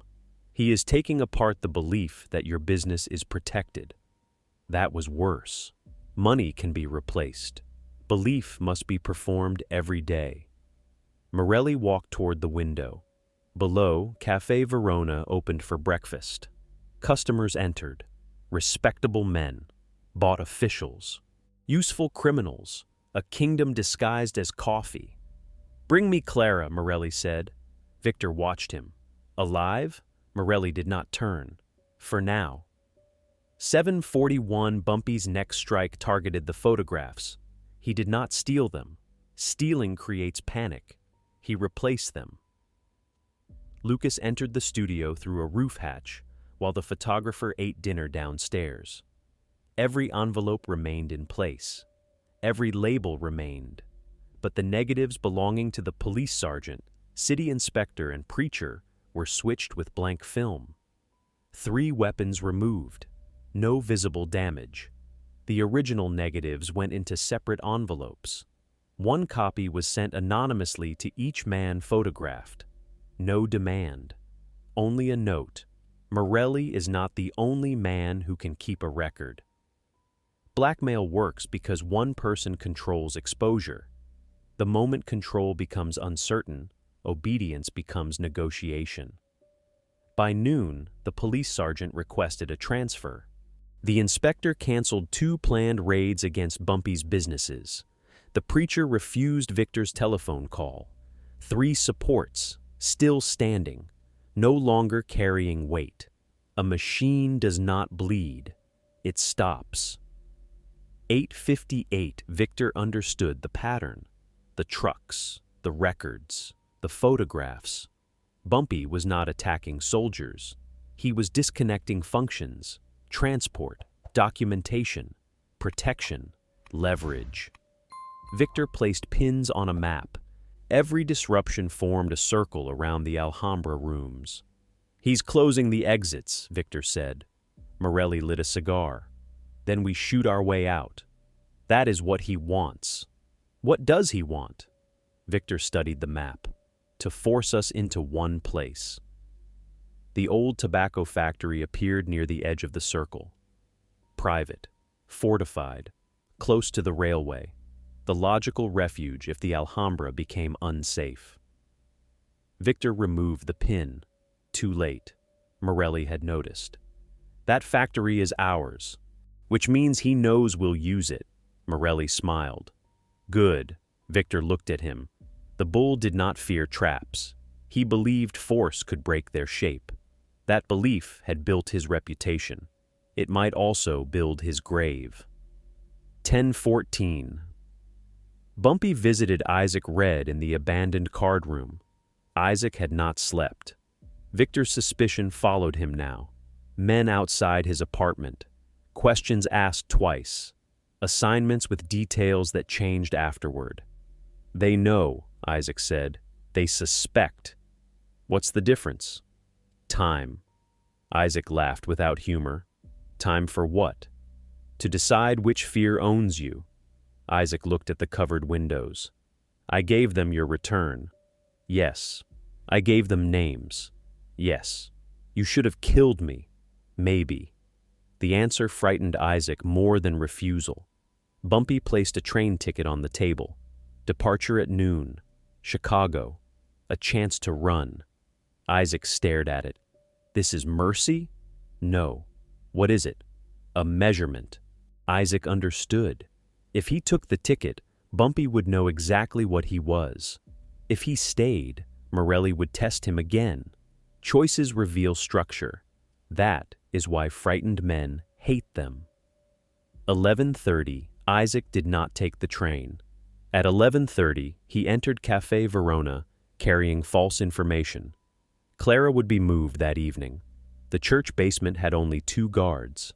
Mary Holt had died. 3 statements. 1 true, 2 false. Victor listened. Morelli smiled at the mention of Clara. Where? Isaac gave the address Bumpy had prepared. An empty tenement near 131st Street. Victor watched his eyes.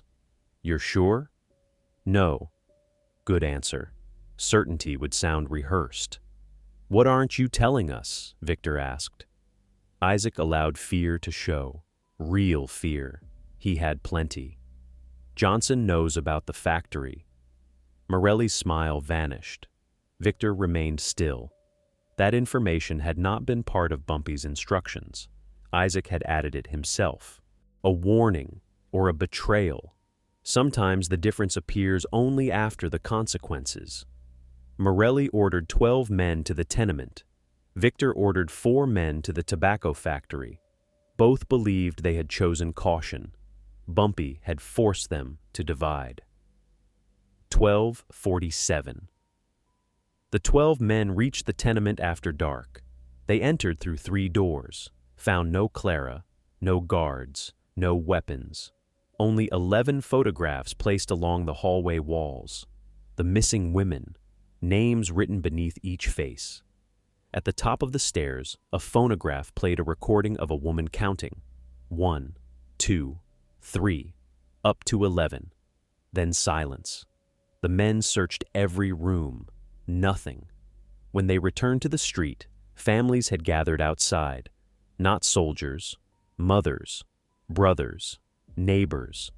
People recognized the faces. Questions began. Where is Helen? What happened to Cora? Who took these pictures? The 12 armed men stood beneath the windows with no answer. Fear works best in private. Bumpy had moved it into public light. A crowd is not an army, but it can become memory, and memory is difficult to collect protection money from. 14:03. Victor arrived too late. The crowd had doubled. A newspaper photographer stood near the corner, not invited by Bumpy, invited by curiosity. Better. Planned witnesses can be dismissed. Curious witnesses believe the story belongs to them. Victor ordered Morelli's men to leave. Morelli arrived and refused. Retreat looked weak. Staying looked guilty. Bumpy had designed a choice with no clean side. The bull walked into the tenement, saw the photographs, read the names. The phonograph began counting again. 1, 2, 3. Morelli ripped the needle from the record. The sudden silence was louder than the voice. Outside, someone shouted Clara's name. Then another person repeated it. A name becomes dangerous when strangers begin carrying it. Morelli stepped onto the sidewalk. The newspaper camera flashed. For the first time, his face stood beside the faces of the missing women. Association. No accusation needed. Pictures ask questions faster than courts. 15:20. Bumpy watched from a rooftop half a block away. Clara stood beside him wearing a dark coat and hat. She wanted to show herself. He refused. People need to know I'm alive. Not yet. They're saying my name. That's why. She looked at the crowd. They're not afraid. They are. They're standing there. Courage is fear that found company. Below, Morelli entered his car. Victor paused before following. He looked toward the rooftops, not directly at Bumpy. Near enough. Again, instinct. Clara gripped the edge of the wall. You planned all this. No. She turned. Bumpy watched the crowd. I planned the room. The people chose the street. That mattered. Control can organize movement. It cannot manufacture belief. If Harlem began asking where the women had gone, Morelli would have to spend more than money to silence the question. He would have to reveal himself. 1636. Morelli's next order was simple. Burn the church, not the sanctuary, the basement where Samuel had hidden copied records. Victor opposed it. Fire attracted police. Fire destroyed useful documents. Fire created martyrs. Morelli no longer cared. A man losing control often destroys evidence of the loss. 3 men arrived after midnight carrying gasoline. They found the basement window open. Inside, boxes waited beneath white cloths. The men poured fuel, struck a match. The flame touched the floor. Then the lights came on. The boxes contained sand. The records were gone. From the stairwell, cameras flashed. Lucas Bell had borrowed 2 more photographers. The arsonists covered their faces. Too late. Outside, police whistles sounded. Not every officer belonged to Bumpy. Not every officer belonged to Morelli. Institutions are rarely loyal. They are divided by opportunity. The 3 men ran. One dropped a matchbook from Cafe Verona, a small object, a large direction. 1752. Victor understood immediately. The church had been bait, not to catch Morelli's men, to force the police sergeant who had abandoned them to choose publicly. Ignore the attempted fire and expose himself, or investigate and turn against Morelli. The sergeant arrested 1 arsonist. Only 1. Enough for the newspaper, not enough for justice. Justice was not the objective. Distance was. Each former ally needed a reason to stand farther from Morelli than yesterday. Morelli paced above Cafe Verona. Kill the sergeant, Victor shook his head. Then every officer knows leaving us means death. It does. They should not know that until after they decide. Morelli stared at him. You sound like Johnson. No, Victor buttoned his coat. I sound like a man who wants to survive him. The sentence remained between them. Not rebellion. Not yet. But loyalty had developed a crack. Bumpy's pressure was no longer outside the organization. It had reached the room. 1909. Samuel Dorsey disappeared after work. He never reached the church. His coat was found beside a subway entrance. No blood, no witnesses, only 1 broken eyeglass lens. Bumpy received the news at 7:09. He said nothing for several seconds. Samuel had copied the records. He had obeyed. He had also been watched. Victor had found the bridge. Lucas asked whether to search police stations. Owen suggested hospitals. Clara said the Alhambra. Bumpy looked at the broken lens. Samuel was useful alive. He knew which records had been altered. Morelli would question him before killing him. That created time. Not much. Enough. Vale's clinic, Bumpy said. Clara shook her head. Too obvious. Exactly. Men hide important prisoners in unexpected places. But when they need information quickly, they use familiar tools. Vale had drugs, rooms, experience controlling pain. Bumpy closed his hand around the lens. Now the war had a clock. 2025. They entered the clinic through the roof. Bumpy, Owen, Lucas. No large crew. Large crews create courage through numbers. Small crews create silence. The upper floor was empty. The treatment rooms clean. Too clean. Fresh bleach. A waste bin held bloody gauze. Not Samuel's blood. wrong type of wound. In Vale's office, Bumpy found patient files with false names. Mary Holt appeared as Margaret Hale, condition listed as nervous exhaustion. Discharge destination blank. Clara found a hidden switch beneath the desk. A section of shelving opened. Behind it, stairs descended. The basement smelled of chemicals and damp stone. 3 beds, leather straps. A child's red shoe beneath one of them. Mary's word returned. Children. No children remained. But someone had been there. Bumpy touched the shoe. Small things change the temperature of a room. This one made it cold. 2141. Samuel was not in the basement. Adrian Vale was. Dead. Seated in a chair.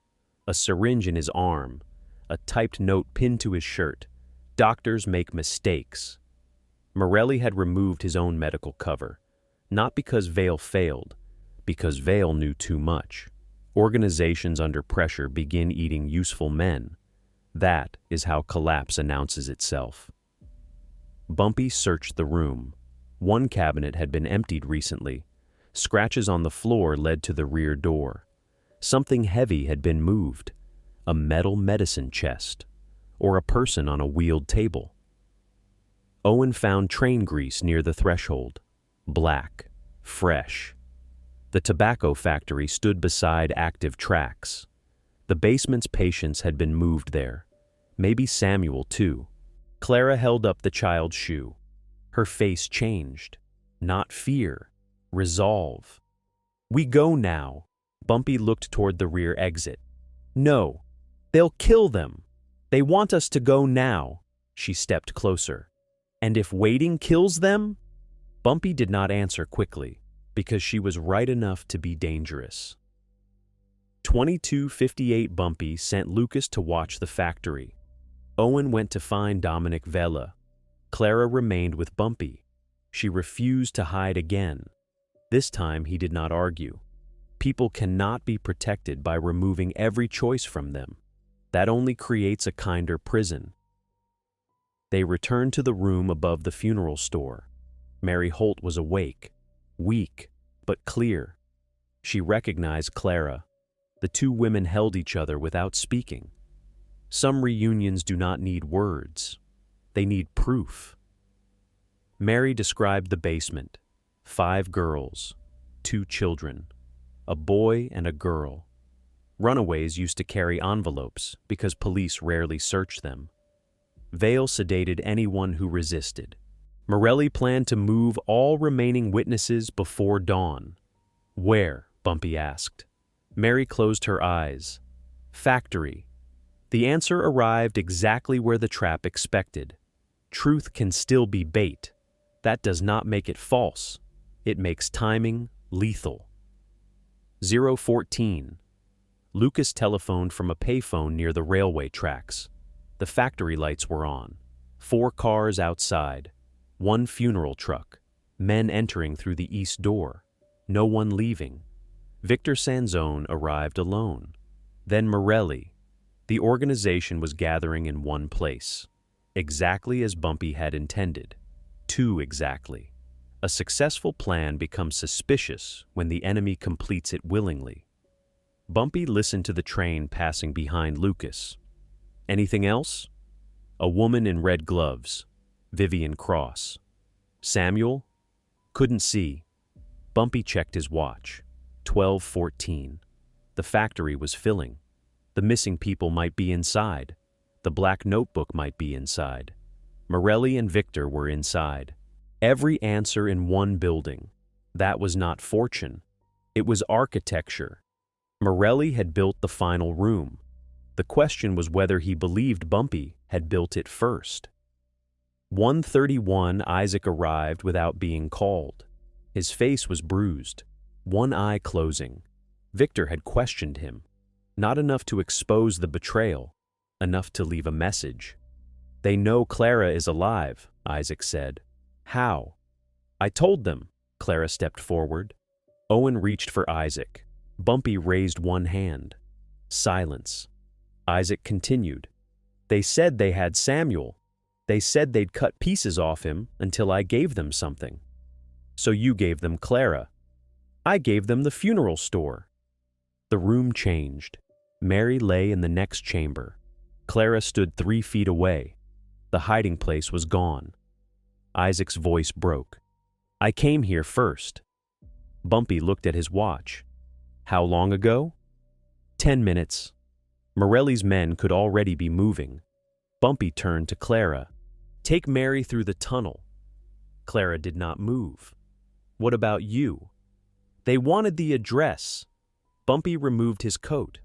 So, we give them the room. 2:47. The funeral store went dark. Mary and Clara disappeared through the basement passage. Owen followed them halfway, then returned.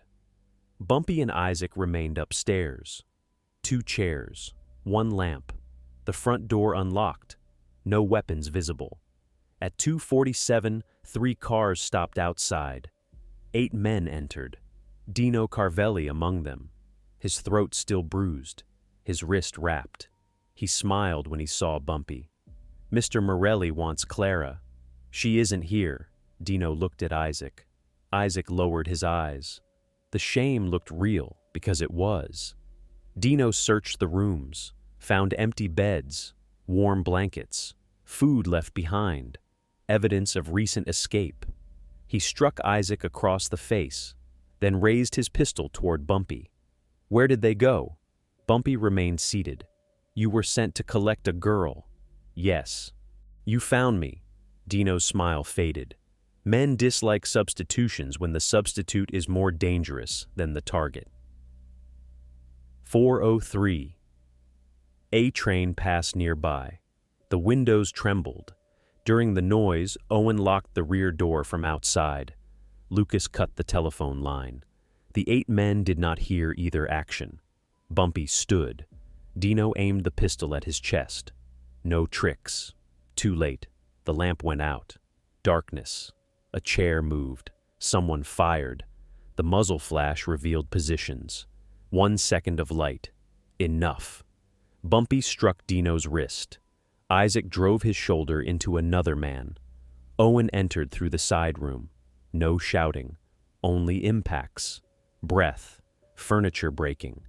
Gunshots are useful to frightened men because they create the illusion that chaos belongs to them. But every flash betrayed a location. Every sound marked distance. When the lamp returned, 3 men were unconscious. 2 had fled through a window. Dino lay against the wall with his own pistol pressed beneath his chin. Bumpy held it. Tell Morelli, he said. The room was empty before he sent you. 5:19. Dino returned to the factory without his gun, without the others, without Clara. Morelli listened to the report. Victor watched Dino's hands shake. Johnson expected us. Morelli struck him. Dino fell. That's all you brought me?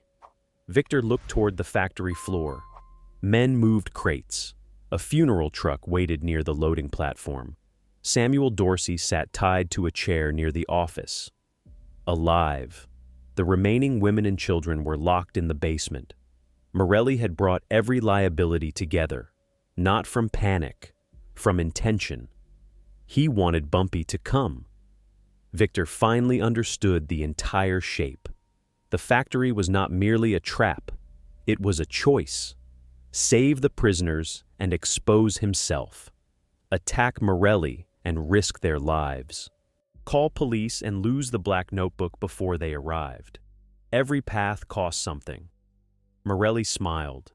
He protects people. Victor looked at Samuel. That's why he can be controlled. 6:36. Bumpy received Dominic Vela's final message at 6:36. The driver had seen explosives delivered to the tobacco factory, not enough to destroy the building, enough to collapse the basement entrance, enough to bury anyone below. Morelli had prepared to erase the witnesses if Bumpy approached incorrectly. The factory held people, records, money, explosives, and nearly every important man in Morelli's organization. A perfect target, which meant it could not be attacked like one. Clara stood beside the map. We can't wait. No. We can't go through the doors. No. Then what? Bumpy traced the railway line with one finger. Freight trains passed the factory every 40 minutes. One track entered the loading yard. The factory had been built to receive tobacco cars directly. Buildings remember their original purpose, even after criminals teach them another. Bumpy checked his watch. The next freight arrived at 7:12. 36 minutes. Not enough for fear, enough for alignment. 7:12. The freight train entered Harlem beneath a pale morning sky. 16 cars, 2 engines, one empty boxcar near the rear. Bumpy stood inside it with Owen, Lucas, and 4 men chosen, because none had appeared in Morelli's photographs. Clara was not with them. That had been the order. Orders are strongest just before people decide whether to break them. The train slowed near the tobacco factory. Through a gap in the door, Bumpy saw armed men on the loading platform. Victor near the office window, Morelli below him, the funeral truck beside the eastern wall. The boxcar rolled closer. Steel covering movement, noise covering intention. The factory opened its yard gate. Not for Bumpy, for a scheduled delivery Morelli had forgotten to cancel. Schedules are promises made to the future, and the future does not care who currently owns the building. Bumpy checked his watch. 7:12. Exactly. The boxcar passed through the gate. No alarm. Not yet. 7:18. 6 minutes later, Clara entered the factory through the basement drainage tunnel. She had followed another route, another decision, another risk. Mary had remembered a narrow passage beneath the treatment rooms. Clara carried no gun, only the child's red shoe. Ahead of her, voices moved behind a brick wall. A boy crying, a woman whispering for him to stay quiet. The missing people were alive. Above them, Morelli's men watched the train. Inside the boxcar, Bumpy waited for the correct second. Victor Sanzone looked toward the railway cars. Something in his expression changed. Not recognition, alignment. He saw the old loading schedule pinned near the office, saw the uncanceled delivery, saw the empty boxcar. Understanding always comes late. That is why it is expensive. Victor reached for the alarm lever. At the same moment, Clara touched the basement door, and Salvatore Morelli ordered the explosives armed. 7:18. Victor Sanzone reached for the alarm lever. Bumpy saw the movement through the narrow opening in the boxcar door. No hesitation. Hesitation belongs to men still choosing. Victor had already understood. The freight car was not carrying tobacco. It was carrying consequence. Bumpy raised 2 fingers. Owen Pike pulled the boxcar door wider. Lucas Bell dropped onto the loading platform first. The 4 men behind him followed. No shouting. No warning. The nearest guard turned toward the sound. Too late. Owen struck him beneath the jaw. Lucas caught the second man's shotgun before its barrel rose. Bumpy stepped from the train as steel wheels screamed against the tracks. Noise covered movement. Movement created position. Position decides violence before violence begins. Victor pulled the alarm. Nothing happened.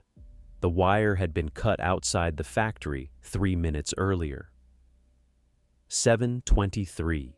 Morelli stood on the factory floor beneath the office window. He saw the boxcar open, saw his first 2 guards fall, saw Bumpy Johnson step onto the platform without running. That was the insult, not the intrusion, the pace. Bumpy entered as if the building had been waiting for him. Morelli drew his pistol. "Close the gates!" Two men ran toward the loading yard controls. The first reached the lever. The second reached the floor. A shot had not been fired. Owen had thrown a metal hook from the train. It caught the man behind the knee. The first guard pulled the gate lever. The heavy doors began sliding shut. Bumpy did not stop them.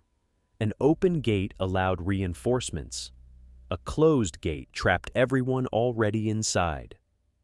Sometimes the enemy completes your defense for you. The steel doors met. The factory became a sealed account. 7:29. Below the factory floor, Clara Bennett pressed her ear against the basement door. Footsteps above. Metal striking metal. A train braking. Then silence. Not complete silence. The smaller kind. The kind built from people trying not to reveal where they stood. Behind Clara, someone whispered, "Who are you?" She turned toward the darkness. 5 women sat behind an iron partition. 2 children beside them. A boy around 12. A girl no older than 9. Clara held up the red shoe. The little girl looked down at her bare foot. Recognition, then tears. Clara crouched and pushed the shoe through the bars. "I'm getting you out." One woman shook her head. "They wired the door." Clara looked at the frame. A thin copper line ran from the lock into the wall. Morelli had not placed explosives only around the basement entrance. He had connected them to the prisoners. Protection through proximity. To attack the lock was to attack the people behind it. 7:34. On the factory floor, Victor backed toward the office stairs. Morelli shouted orders. 6 men moved toward the boxcar. 4 toward the loading platform. 2 disappeared behind machinery. Bumpy counted. Not faces. Functions. Shooters. Runners. Men waiting for courage to become permission. He pointed toward the overhead lights. Lucas fired once. Glass shattered. Half the factory fell into shadow. The eastern windows still allowed pale morning light. Enough to see shapes. Not enough to trust distance. Morelli's men fired toward the boxcar. Bullets tore through old wood. Bumpy's people were no longer inside. They had moved behind the conveyor supports. Noise always chases the last known position. Experience moves before the noise arrives. A second train passed outside. The entire building trembled. Bumpy looked toward the office. Victor had disappeared. Not retreat. Repositioning. The polite man was still calculating. That made him the first real problem. 7:40. Samuel Dorsey sat tied to a chair in the office. One eye swollen. Shirt stained with blood. Victor entered and locked the door behind him.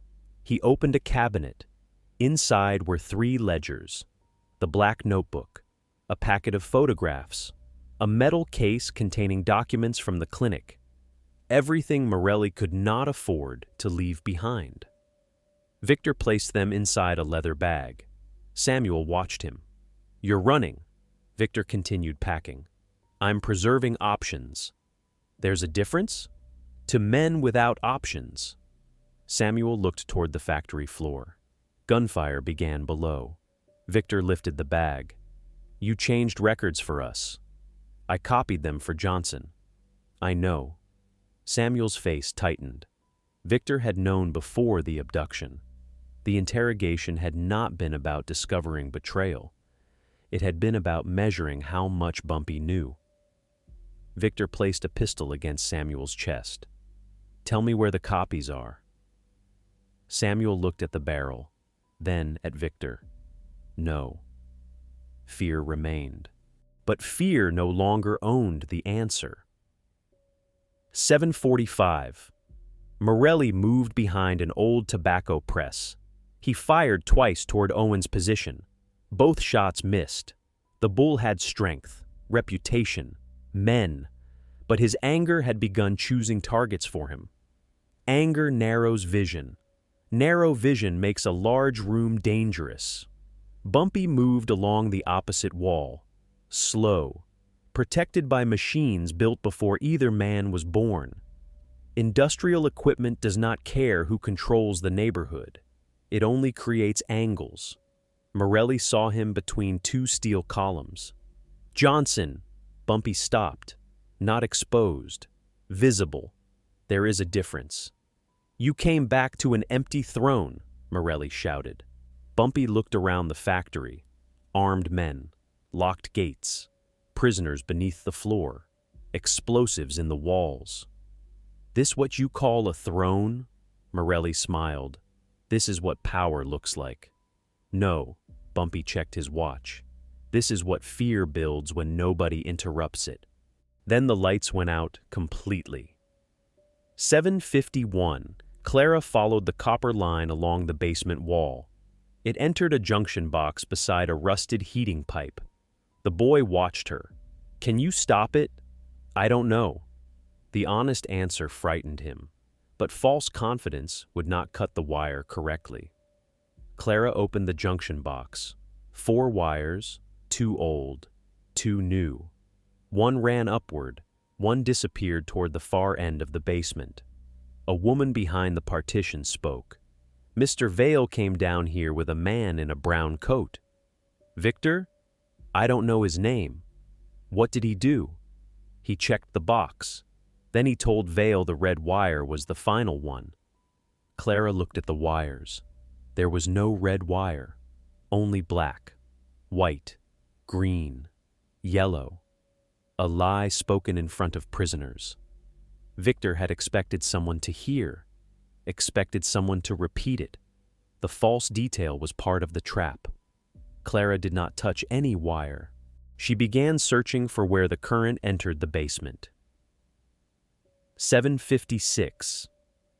In darkness, Bumpy's men did not advance. That surprised Morelli. He had expected attack. Instead, the factory became still. Silence here was not absence, it was pressure. Morelli's men began whispering. "Where are they?" "Did they leave?" "Watch the stairs." One man fired at movement that did not exist. The muzzle flash exposed him. Owen struck from the side. A body fell. Morelli cursed. "Turn on the backup generator." A guard ran toward the western wall. Bumpy allowed him to reach it. The man pulled the switch. The generator coughed. Lights returned in sections. First the office, then the loading platform, then the central floor, not the basement. Bumpy saw the wiring conduit above the generator. The explosives were connected to the same auxiliary system. Morelli had just armed them more fully. Power is dangerous when a man does not understand what else it feeds. Shoe 8:02. Victor heard the generator start. He looked at the office clock, then lowered the pistol from Samuel's chest. Not mercy. Revision. Killing Samuel would save no time. Victor cut one rope from the chair and tied Samuel's wrist to a radiator instead.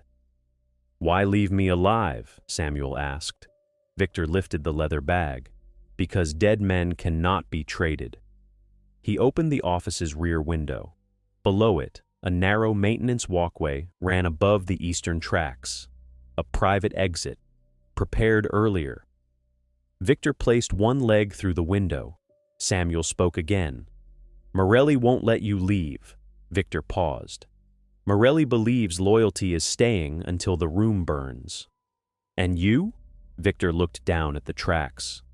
"I believe loyalty is knowing which room was never yours." He climbed onto the walkway. Before closing the window, he looked toward the factory floor.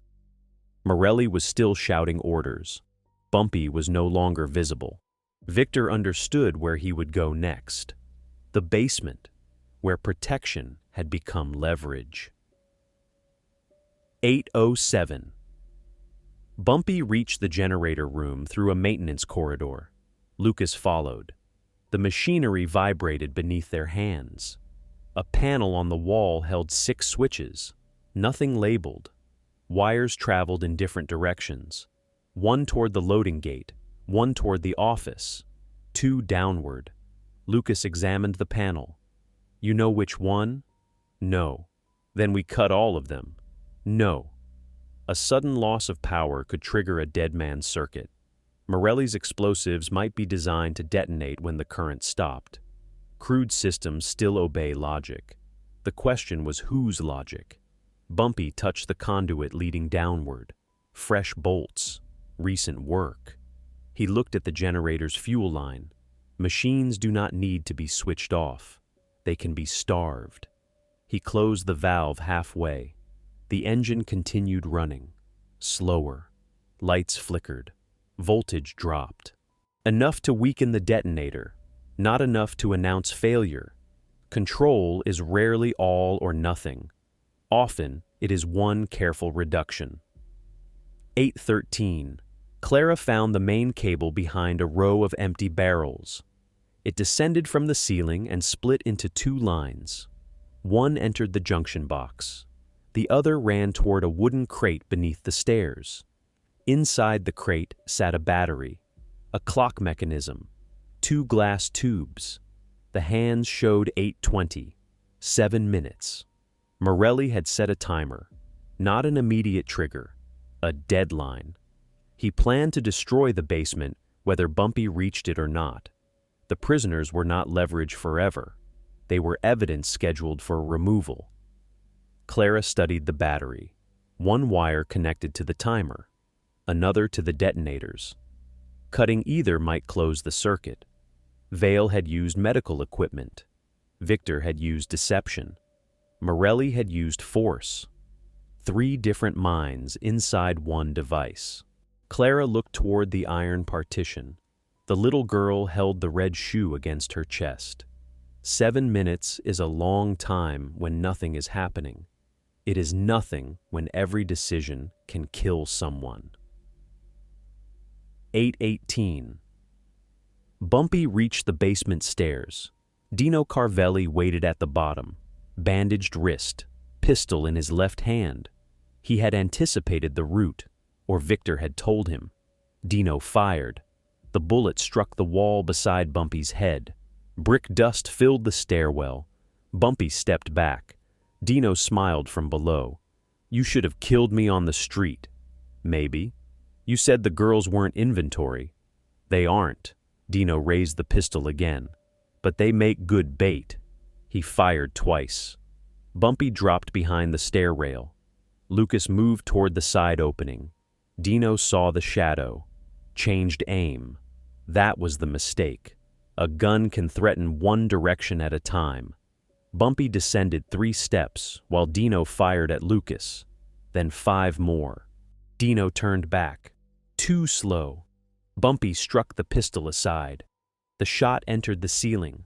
Dino hit him with the bandaged wrist. Pain made the blow weak. Pride made him try it. 8:20. The timer clicked. Clara heard the mechanism change. The minute hand reached the mark. Nothing exploded. Not yet. The glass tubes began filling with liquid. A delayed chemical contact. Victor had designed more than one stage. Clara understood. The battery powered a small heater beneath the tubes. When the liquids met, the detonator would fire. Cutting electrical power now would stop the heat. But Bumpy had only reduced the generator. The battery remained independent. Clara pulled the battery cable. A spark jumped. The timer continued. The heater had already stored enough warmth. She wrapped her coat around the glass assembly and tore it from the crate. One tube cracked. Liquid spilled into the fabric. The coat began smoking. Clara dropped it onto the concrete. The second tube remained intact. The reaction had not completed. She kicked the coat toward a floor drain. Smoke rose. No explosion. The timer kept ticking pointlessly. A clock can continue after its authority is gone. 8:25. Dino drove Bumpy into the stair rail. Old Iron groaned. He reached for the fallen pistol. Bumpy caught the back of his coat and pulled him away. Dino swung with his left hand. Missed. Bumpy struck the injured wrist against the wall. Dino screamed. The sound traveled into the basement. The prisoners heard it. Clara heard it. So did Morelli above. Dino collapsed to one knee. Bumpy picked up the pistol. Dino looked at the barrel. His breathing changed. I was following orders. Orders don't move hands. Morelli made us. No. Bumpy removed the magazine and emptied the chamber. He found out what you were willing to do. He threw the useless pistol aside. Dino stared. You're letting me live? For now. Why? Because you're going upstairs. Dino's face tightened. To do what? To tell every man still fighting that Morelli wired children beneath their feet. 8:31. The basement door opened. Bumpy entered. Clara stood near the smoking coat. Her hands were burned. Not badly, enough to make them shake. You were told to stay away. You were told there were explosives. Bumpy looked at the dismantled timer. Then at the prisoners. Argument could wait. Living people could not. The iron partition had no visible lock. Only a chain threaded through the wall. Lucas found the release in the corridor outside. Victor had designed it so the prisoners could be moved quickly. Efficient cruelty. The gate opened. The boy refused to move. They'll shoot us upstairs. Bumpy crouched. You're not going upstairs. Where? Clara pointed toward the drainage tunnel. The route she had used. Narrow, wet, but open. Lucas led the women and children toward it. The little girl stopped beside Bumpy. She held up the red shoe. He helped her put it on. Protection sometimes looks like war. Sometimes it looks like returning what was taken. 8:38. Samuel remained tied in the office when Victor reached the maintenance walkway. He moved east above the tracks. The leather bag struck his leg with every step. Inside it were enough names to destroy Morelli, enough names to purchase a new life. Blackmail is portable power. That is why Victor trusted it more than territory. Below, the train line curved toward the river. A sedan waited near the far service gate. Driver inside, engine running. Victor had planned his escape before Morelli planned the trap. Prepared men do not predict betrayal. They simply refuse to depend on loyalty. Halfway across the walkway, Victor stopped. A man stood at the far end. Isaac read, bruised face. No weapon visible. Victor smiled. You finally chose. Isaac looked at the leather bag. Yes. For Johnson? No. That answer interested Victor. For myself. Men often discover principles only after every side has used them. 8:43. Morelli heard Dino shouting from the stairs. Bombs! The word moved across the factory. Men stopped firing. Dino stumbled onto the main floor. He wired the basement! Women and kids! Every face turned toward Morelli. Not all at once, one by one. That was worse. Morelli raised his pistol. Shut your mouth! Dino pointed toward the stairs. He was going to bury us with them! Morelli shot him. One bullet. Chest. Dino fell backward. Silence spread. The remaining men stared at the body. A leader can kill disobedience. He cannot kill what everyone learned from it. Morelli looked around. They were witnesses. No one answered. They would have put all of us in prison. Still nothing. Morelli's voice rose. I protected you. Protection demanded after murder is only ownership, asking for gratitude. One man lowered his shotgun, then another. Morelli saw the movement. Pick them up. Nobody moved. His organization had not surrendered to Bumpy. It had stopped believing in Morelli. 8:49. Bumpy emerged from the basement. Clara behind him, hands wrapped in torn cloth. Morelli stood near the center of the floor. 6 of his men remained armed. None aimed at Bumpy. Victor was gone. Samuel missing from the office window. The leather bag gone. Morelli understood in pieces. The ledgers, the photographs, the notebook. "Victor!" he shouted. No answer. Bumpy looked toward the office, then toward the eastern walkway. "He left you." Morelli's face hardened. "He'll come back." "No, you don't know him. I know men who speak softly while standing beside loud men." Bumpy stepped onto the factory floor. "They're never standing beside them." A pause. "They're standing near the exit." Morelli raised his pistol toward Bumpy. 3 of his own men stepped away from him. Distance. The first public vote against a king. Morelli looked at them, then back at Bumpy. "You did this." "No." Bumpy glanced at Dino's body. "You did." 8:54. On the maintenance walkway, Victor approached Isaac. "You can't stop me," he said. Isaac looked toward the tracks below.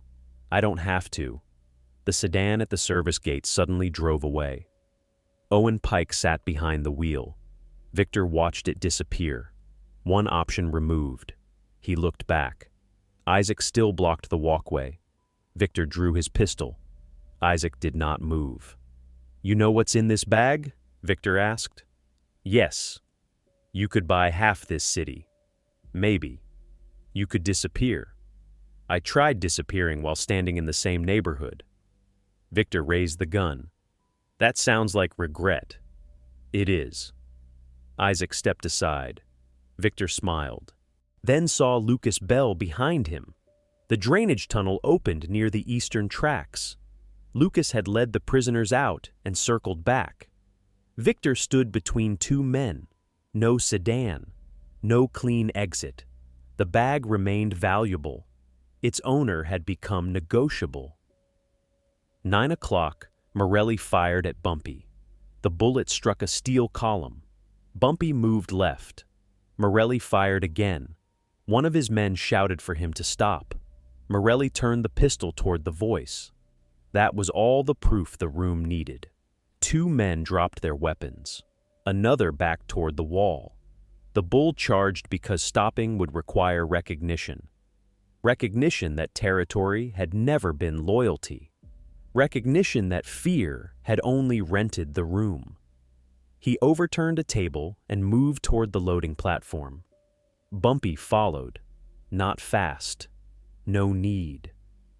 The factory gates were closed. The office exit led to Victor's empty route.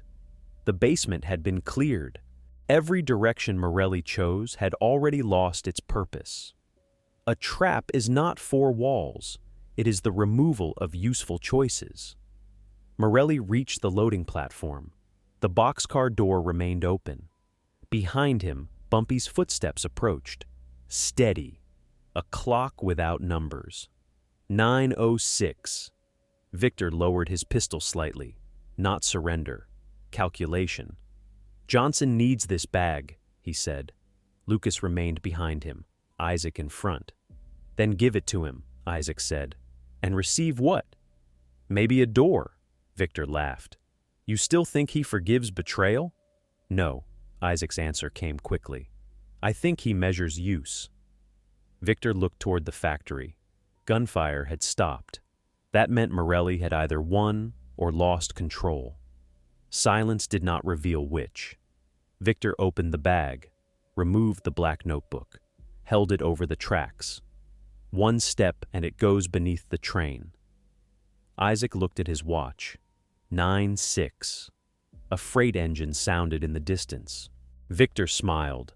Finally, a clock he controlled. "Tell Johnson I leave with the photographs and the records." "And the notebook?" "My insurance." Isaac studied him. "Insurance only works if the company believes you'll survive long enough to collect." The approaching train grew louder. Victor's smile weakened. 9:12. Morelli climbed into the empty boxcar. Bumpy stopped outside. A pistol remained in Morelli's hand. 3 bullets left. Maybe 4. Counting bullets comforts men who have run out of decisions. Morelli pointed the gun through the doorway. You wanted me in one place. Yes. You think this ends because my men got scared? No. You think the girls matter to anyone? Bumpy looked toward the drainage yard. The rescued women and children were being moved into waiting cars. They matter to themselves, Morelli laughed. That doesn't build power. It builds witnesses. The laughter stopped. Witnesses, records, photographs. Samuel alive, Mary alive, Clara alive, the children alive. Morelli understood the real defeat. Bumpy had not only removed his income, he had preserved the people Morelli needed erased. Paper could be challenged. Living voices could repeat. Again and again. Memory is evidence that refuses to stay filed. 9:17. Morelli fired. Bumpy moved behind the boxcar frame. The bullet struck wood. Morelli fired again, closer. Then the boxcar shifted. The freight engine had begun pulling the line forward. The scheduled train was leaving the factory yard. Morelli lost balance. His pistol fell near the open door. Bumpy stepped onto the moving car. Morelli lunged for the weapon. Bumpy kicked it out. The pistol dropped between the tracks. Steel wheels crushed it beneath the following car. The train moved faster. Harlem slid past through the open doorway. Brick walls, rooftops, morning smoke. Morelli attacked with both hands. No technique. Only weight. The reputation of the bull reduced to the movement that had created it. Head down, forward. Bumpy stepped aside. Morelli struck the wooden wall, turned, swung again. Bumpy blocked. Short punch to the ribs, another beneath the jaw. Morelli remained standing. Anger can carry a body after judgment has stopped helping. 9:23. The train cleared the factory yard. Morelli grabbed Bumpy's coat. You leave me nothing? Bumpy broke the grip. You still have your name. My name owns these streets. No. Bumpy struck him once across the mouth. Your men collected rent for it. Morelli staggered toward the open doorway. The train passed slowly through northern Harlem. People stopped near crossings. A boxcar door opened. Two men inside. One recognized immediately. The other beginning to understand he would be recognized too. Morelli looked outside. No. Bumpy did not push him. Death would have been private, fast, clean. Morelli had ruled through public examples. His removal would use the same language. The train slowed near a freight platform beyond Harlem. Bumpy caught Morelli by the collar. You came here while I was gone. Morelli spat blood. And took it. You took rooms. Bumpy looked toward the streets behind them. Harlem was never a room. 9:29. Bumpy threw Morelli from the moving boxcar, not beneath the wheels, onto the freight platform. Morelli hit the wooden boards and rolled. Workers scattered. The train continued. Bumpy remained in the doorway. Morelli struggled to his knees, blood at his mouth, suit torn. No weapon, no men, no car, no victor, only strangers watching the bull crawl. Bumpy called out over the sound of the train. You leave New York today. Morelli looked up. You think you can order me? No. Bumpy's voice remained level. I'm telling you what happens next. The train gathered speed. Morelli stood unsteadily. You'll never hold Harlem. Bumpy watched him become smaller behind the train. Holding is what frightened men do. Then the platform disappeared around the bend. Exile is not distance. It is the moment a man's name stops opening doors. 9:35. Victor heard the approaching train. He held the notebook above the tracks. Isaac remained in front of him, Lucas behind. The train entered the curve. Victor calculated the timing, dropped the notebook, turn, fire once, jump to the lower maintenance ladder, reach the street before Lucas crossed the walkway. A clean sequence. Sequences fail when they depend on everyone else remaining still. Isaac stepped forward. Victor moved the notebook over the edge. Lucas did not advance. Instead, he shouted, "Samuel is alive." Victor paused. 1 second. Enough. Isaac struck his wrist. The notebook fell, not onto the tracks, onto the narrow ledge beneath the walkway. Victor fired. The bullet struck Isaac's shoulder. Lucas moved from behind. Victor turned. The leather bag swung outward. Lucas caught the strap. 2 men pulled in opposite directions. The bag tore. Photographs filled the air.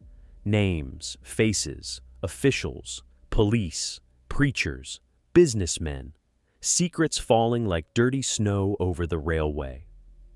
9:41. Victor released the bag. Paper could be recovered. Life first. He climbed over the railing, reached for the maintenance ladder. Isaac, bleeding from the shoulder, caught his coat. Victor struck him. Once. Twice. Isaac held on. Not from loyalty to Bumpy. Not entirely. Some men spend years selling pieces of themselves, then choose one moment to stop the sale. Lucas grabbed Victor's other arm. Below them, the freight train passed. The wind pulled at their coats. Victor looked toward the ledge. The black notebook rested 6 feet away. Reachable. Almost. He kicked Isaac's injured shoulder. Isaac fell back. Victor tore free from Lucas and lunged toward the notebook. The maintenance railing broke beneath his weight. Old metal. Too much pressure. Dependence creates points of failure. Victor fell onto the lower roof of a parked freight car. The impact knocked him unconscious. Alive, but no longer calculating. 9:47. Lucas retrieved the black notebook. Isaac sat against the walkway wall, holding his shoulder. Did he die? No. Isaac closed his eyes. Good. Lucas looked at him. Why good? Dead men become stories. Isaac breathed through the pain. Living men answer questions. Below, railway workers surrounded Victor. Police whistles sounded from the service road. Lucas placed the notebook beneath his coat. The photographs scattered across 3 tracks. Not all could be recovered. That was no longer a problem. Morelli's secrets had escaped his control. Some would reach newspapers, some wives, some employers, some police departments. Blackmail survives through containment. Once opened, it becomes weather. Nobody controls where it lands. Lucas helped Isaac stand. You could have taken the train to Chicago. I know. Why didn't you? Isaac looked toward Harlem. Because distance doesn't make a man different. A pause. Only decisions do. 9:53. Bumpy stepped from the freight train 2 blocks west. Owen waited with a car. No celebration, no questions. Bumpy entered. Factory? Secured. Prisoners? Alive. Clara? Owen hesitated. Burned hands. Nothing worse. Bumpy looked out the window. Relief did not change his face. That did not mean it was absent. And Victor? Lucas has him. Notebook? Recovered. Bumpy checked his watch. 9:53. The operation had taken 2 hours and 35 minutes from the first alarm. Months of fear reduced by minutes of alignment. But speed is misleading. The factory had fallen that morning. Morelli had started losing it the day he made every man beneath him afraid to tell the truth. Collapse is usually old. People only notice when the roof moves. Where is Morelli? Owen asked. Leaving? You let him live? Bumpy looked toward the road ahead. Living is the part he hasn't understood yet. 10:59 police entered the tobacco factory after the witnesses were outside. Not before. Bumpy did not trust the first officers, or the second. So the women were separated. Different cars, different churches, different doctors. No single arresting officer knew where all of them had gone. Protection through distribution. The children were taken to a family on 138th Street until relatives could be found. Samuel Dorsey received treatment under another name. Mary Holt remained hidden. Clara refused to leave Harlem. Bumpy found her inside the church basement, hands bandaged. She sat beside the little girl from the factory. The child wore both red shoes now, one old, one returned. Clara looked up. "Is Morelli dead?" "No." Her expression hardened. "Why?" "Because death would end his fear." "And this doesn't?" "No." Bumpy sat opposite her. "This makes him carry it." 12:15. Clara did not accept the answer immediately. People harmed by powerful men often imagine justice as disappearance. No body, no voice, no chance of return. Bumpy understood, but Morelli's death inside the factory would create questions. Bodies attract investigations. Investigations attract deals. Deals allow organizations to change names and continue. A living Morelli without money, records, or loyal men was different. He could be watched, followed, rejected publicly. Every door closing would repeat the sentence. "You think humiliation is worse?" Clara asked. "No." "What is?" Bumpy looked toward the rescued women. "Being unnecessary." Morelli had built his identity on men waiting for orders, women fearing his name, police answering calls, owners making payments. Remove those things, and the man remained, heavy, angry, alive, but no longer central. Power does not die when the king dies. It dies when the room continues without asking where he went. 1331. At 1:31, Salvatore Morelli entered Cafe Verona through the rear door. He had returned on foot. The freight platform workers had refused him a telephone. A taxi driver recognized him and drove away. By the time he reached Harlem, news had traveled faster. Cafe Verona was nearly empty. 2 waiters remained. Neither approached. Morelli climbed the stairs. The private room had been searched. Cabinets open, ledgers gone, telephone disconnected.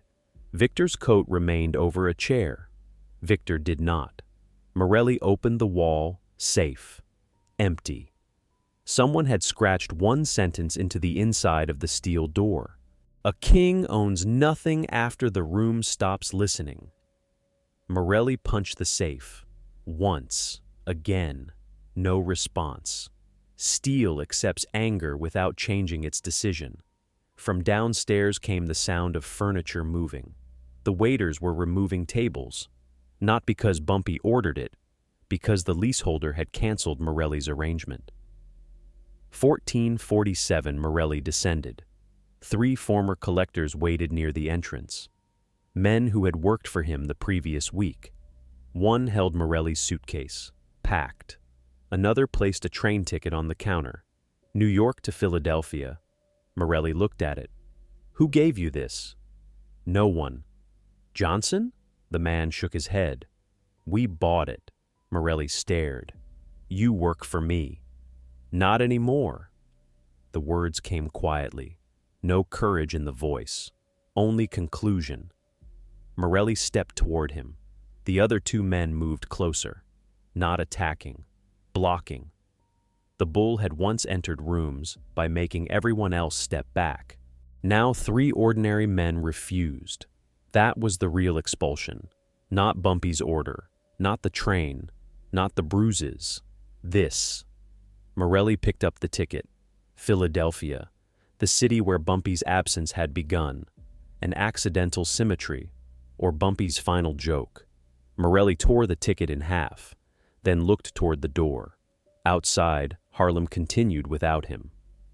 1603. Victor woke in a hospital room with one wrist handcuffed to the bed. A detective sat nearby, not one of Morelli's officers. On the table rested 3 photographs recovered from the tracks. The detective asked about the black notebook. Victor said nothing. Silence had served him for years. Now it belonged to someone else. The door opened. Bumpy entered alone. The detective stepped outside. Victor smiled faintly. "You own the police now." "No." "Then why did he leave?" "Because he wants what I know." Victor looked at the handcuff. "And you?" "I know what I need." "The notebook?" "I have it." For the first time, Victor's expression broke. A small thing, almost invisible, but Bumpy saw it. Men like Victor do not fear prison first. They fear becoming informationally unnecessary. "What happens to me?" Victor asked. "That depends." "On what?" "Whether you prefer Morelli's secrets to remain his." Victor looked toward the window. Morelli had lost the room.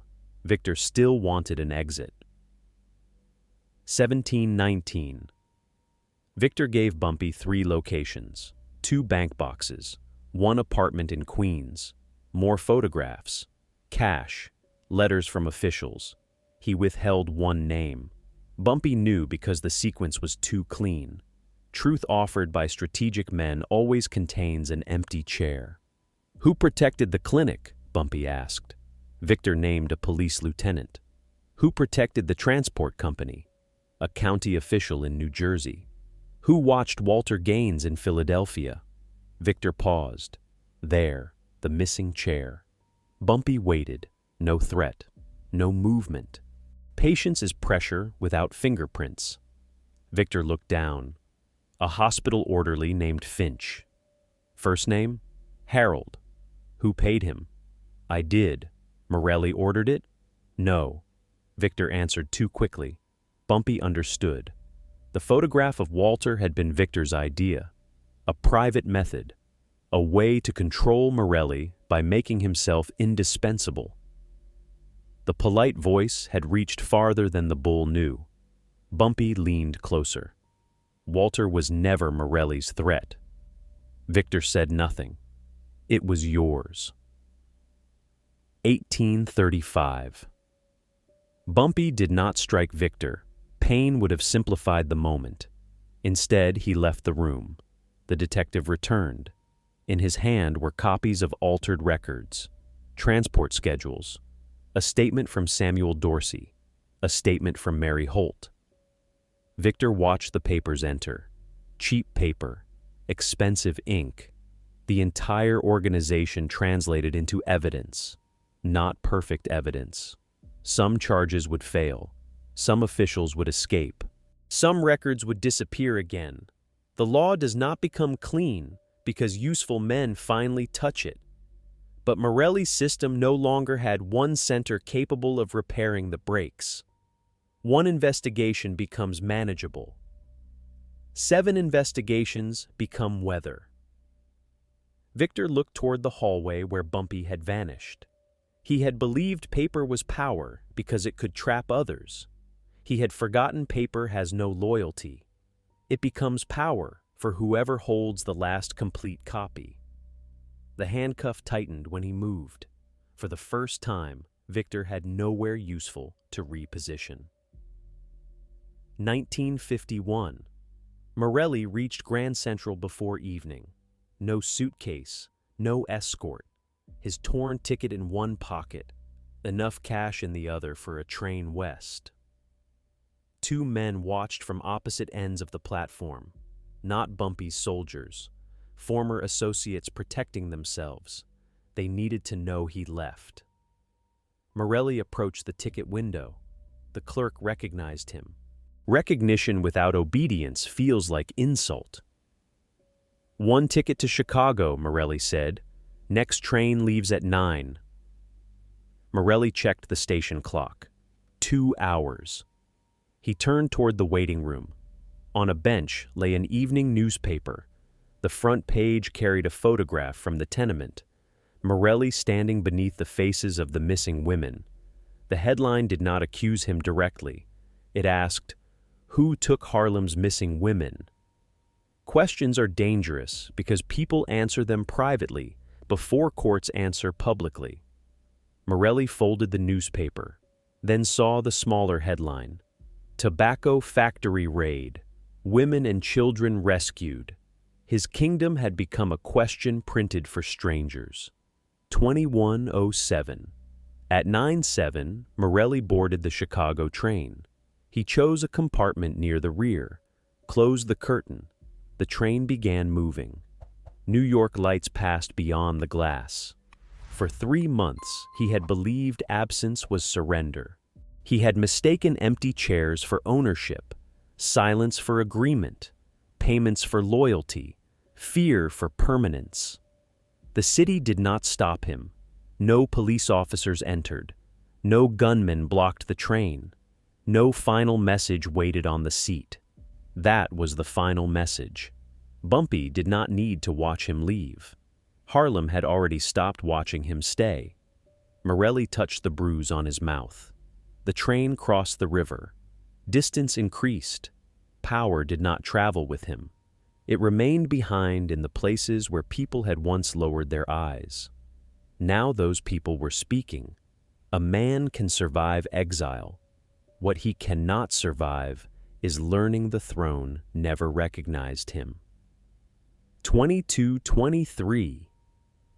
Bumpy returned to the Blue Lantern. The two collectors were gone. The entrance stood open. Lionel Graves had placed the missing ledger pages back inside the book. Not all of them. Enough to begin. The delivery man whose shoes had been soaked carried soda through the front door. Nobody stopped him.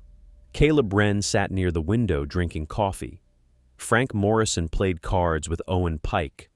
Lucas Bell arrived late with his coat torn. Isaac Red entered after receiving treatment for the gunshot. Conversation stopped.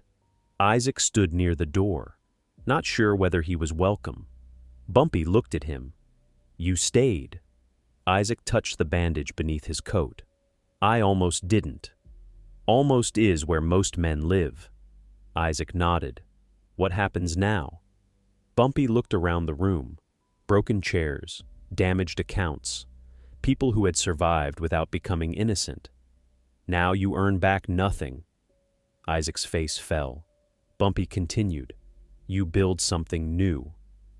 Mercy forgets. Memory teaches. 2339. Clara entered the Blue Lantern before midnight. Bandaged hands, dark coat. No attempt to hide her face. People recognized her. Whispers moved through the room. Not shame. Recognition. That difference changed her posture. Mary Holt remained under medical care. Samuel had agreed to testify. The rescued children had been identified as runaways from New Jersey. 4 of the missing women were still unaccounted for. Victory did not return the dead. It did not repair every wound. It did not make the city honest. It only reopened the possibility of searching. Clara approached Bumpy's table. "What happens to the women who worked for Morelli?" "They decide." "Decide what?" "Where they go." "And if they stay on the streets?" Bumpy looked at her bandaged hands. "Then nobody owns the street beneath them." It was not a promise of safety. Safety is too large for one man to promise. It was a rule. Rules can be enforced. 055. The black notebook lay on Bumpy's kitchen table. Names filled its pages. Police, judges, business owners, men who had paid Morelli, men who had accepted payment from him, men who would beg, men who would threaten. A weapon. Clara expected Bumpy to use it. Victor had expected the same. Blackmail could rebuild everything Morelli lost under a different name. That was its temptation. Bumpy opened the window. Cold air entered. He separated 3 pages. The names connected directly to the missing women. Those pages would go to investigators through several hands. The remaining notebook he placed in a metal basin. struck a match. Flame moved across the ink. Power offered by another man's system carries the shape of that system. Use the weapon long enough, and eventually it teaches your hand what to become. Bumpy watched the names burn. Paper is colder than steel. Fire makes both honest. 2:11. The telephone rang. Philadelphia. Walter Gaines. "You sound busy," Walter said. "I was." "The orderly disappeared. He won't return." Walter coughed. "Not as badly as before." "Was this because of me?" "No. Don't lie to a sick man." Bumpy looked at the ashes inside the basin. "It was because someone thought caring about you made me weaker." Walter laughed softly. "Did it?" "Yes." The answer surprised him. Bumpy continued. "It gave them somewhere to aim. And it also gave me a reason not to miss." Silence followed, not threatening. The silence of two men who did not need to explain old debts. "When are you coming back?" Walter asked. "Soon." "You staying 3 months again?" "No." "How long?" Bumpy checked his watch. "Long enough. Some debts are paid with money, some with protection, some simply by returning when the other man wakes." 327 Harlem settled after midnight. Not peacefully. Peace is usually a story told from far away. A siren moved east. Music escaped from a basement. A couple argued near a window. Someone laughed in the street. The sounds had never disappeared under Morelli. Only their meaning had changed. Under fear, every sound asks permission. After fear breaks, sound belongs to whoever makes it. Bumpy stood near his apartment window. The black Packard was gone. The unnamed delivery truck was gone. The bakery below had closed. The police officer who used the side entrance had not returned. 3 months away, 5 days back. People would tell the story differently. Some would say Bumpy destroyed Morelli's organization. Some would say Morelli fled. Some would say police rescued the women. Some would say no women had been missing at all. Cities protect themselves with competing memories. Truth survives by becoming useful to enough people. 4:43. On the kitchen table sat one orange, uncut. Bumpy picked up the knife Morelli's man had once used inside his apartment. He divided the orange into 4 equal pieces. Not as Morelli had, not as a message, because Walter had taught him years earlier that fruit tasted better when the pieces matched. Ordinary habits survive extraordinary violence. That is another kind of power. Bumpy ate 1 slice, left 3 on the plate. For a moment, the apartment was completely quiet. No telephone, no footsteps outside, no car engine below. Silence here was not a command, not surrender, not fear. It was simply silence. The difference is invisible to people who have never had either one taken from them. Bumpy checked his watch. 4:43. 1 minute before the bakery oven started. 2 minutes before the first delivery truck usually arrived. The city was aligning itself again, not around him, around morning. 6 o'clock. At 6, the bakery opened. Flour touched the sidewalk. A bus stopped at the corner. Shopkeepers lifted shutters. Girls walked home beneath streetlights fading into day. Nobody owned their footsteps. Not completely. Maybe nobody ever could. But for that morning, no black sedan followed them.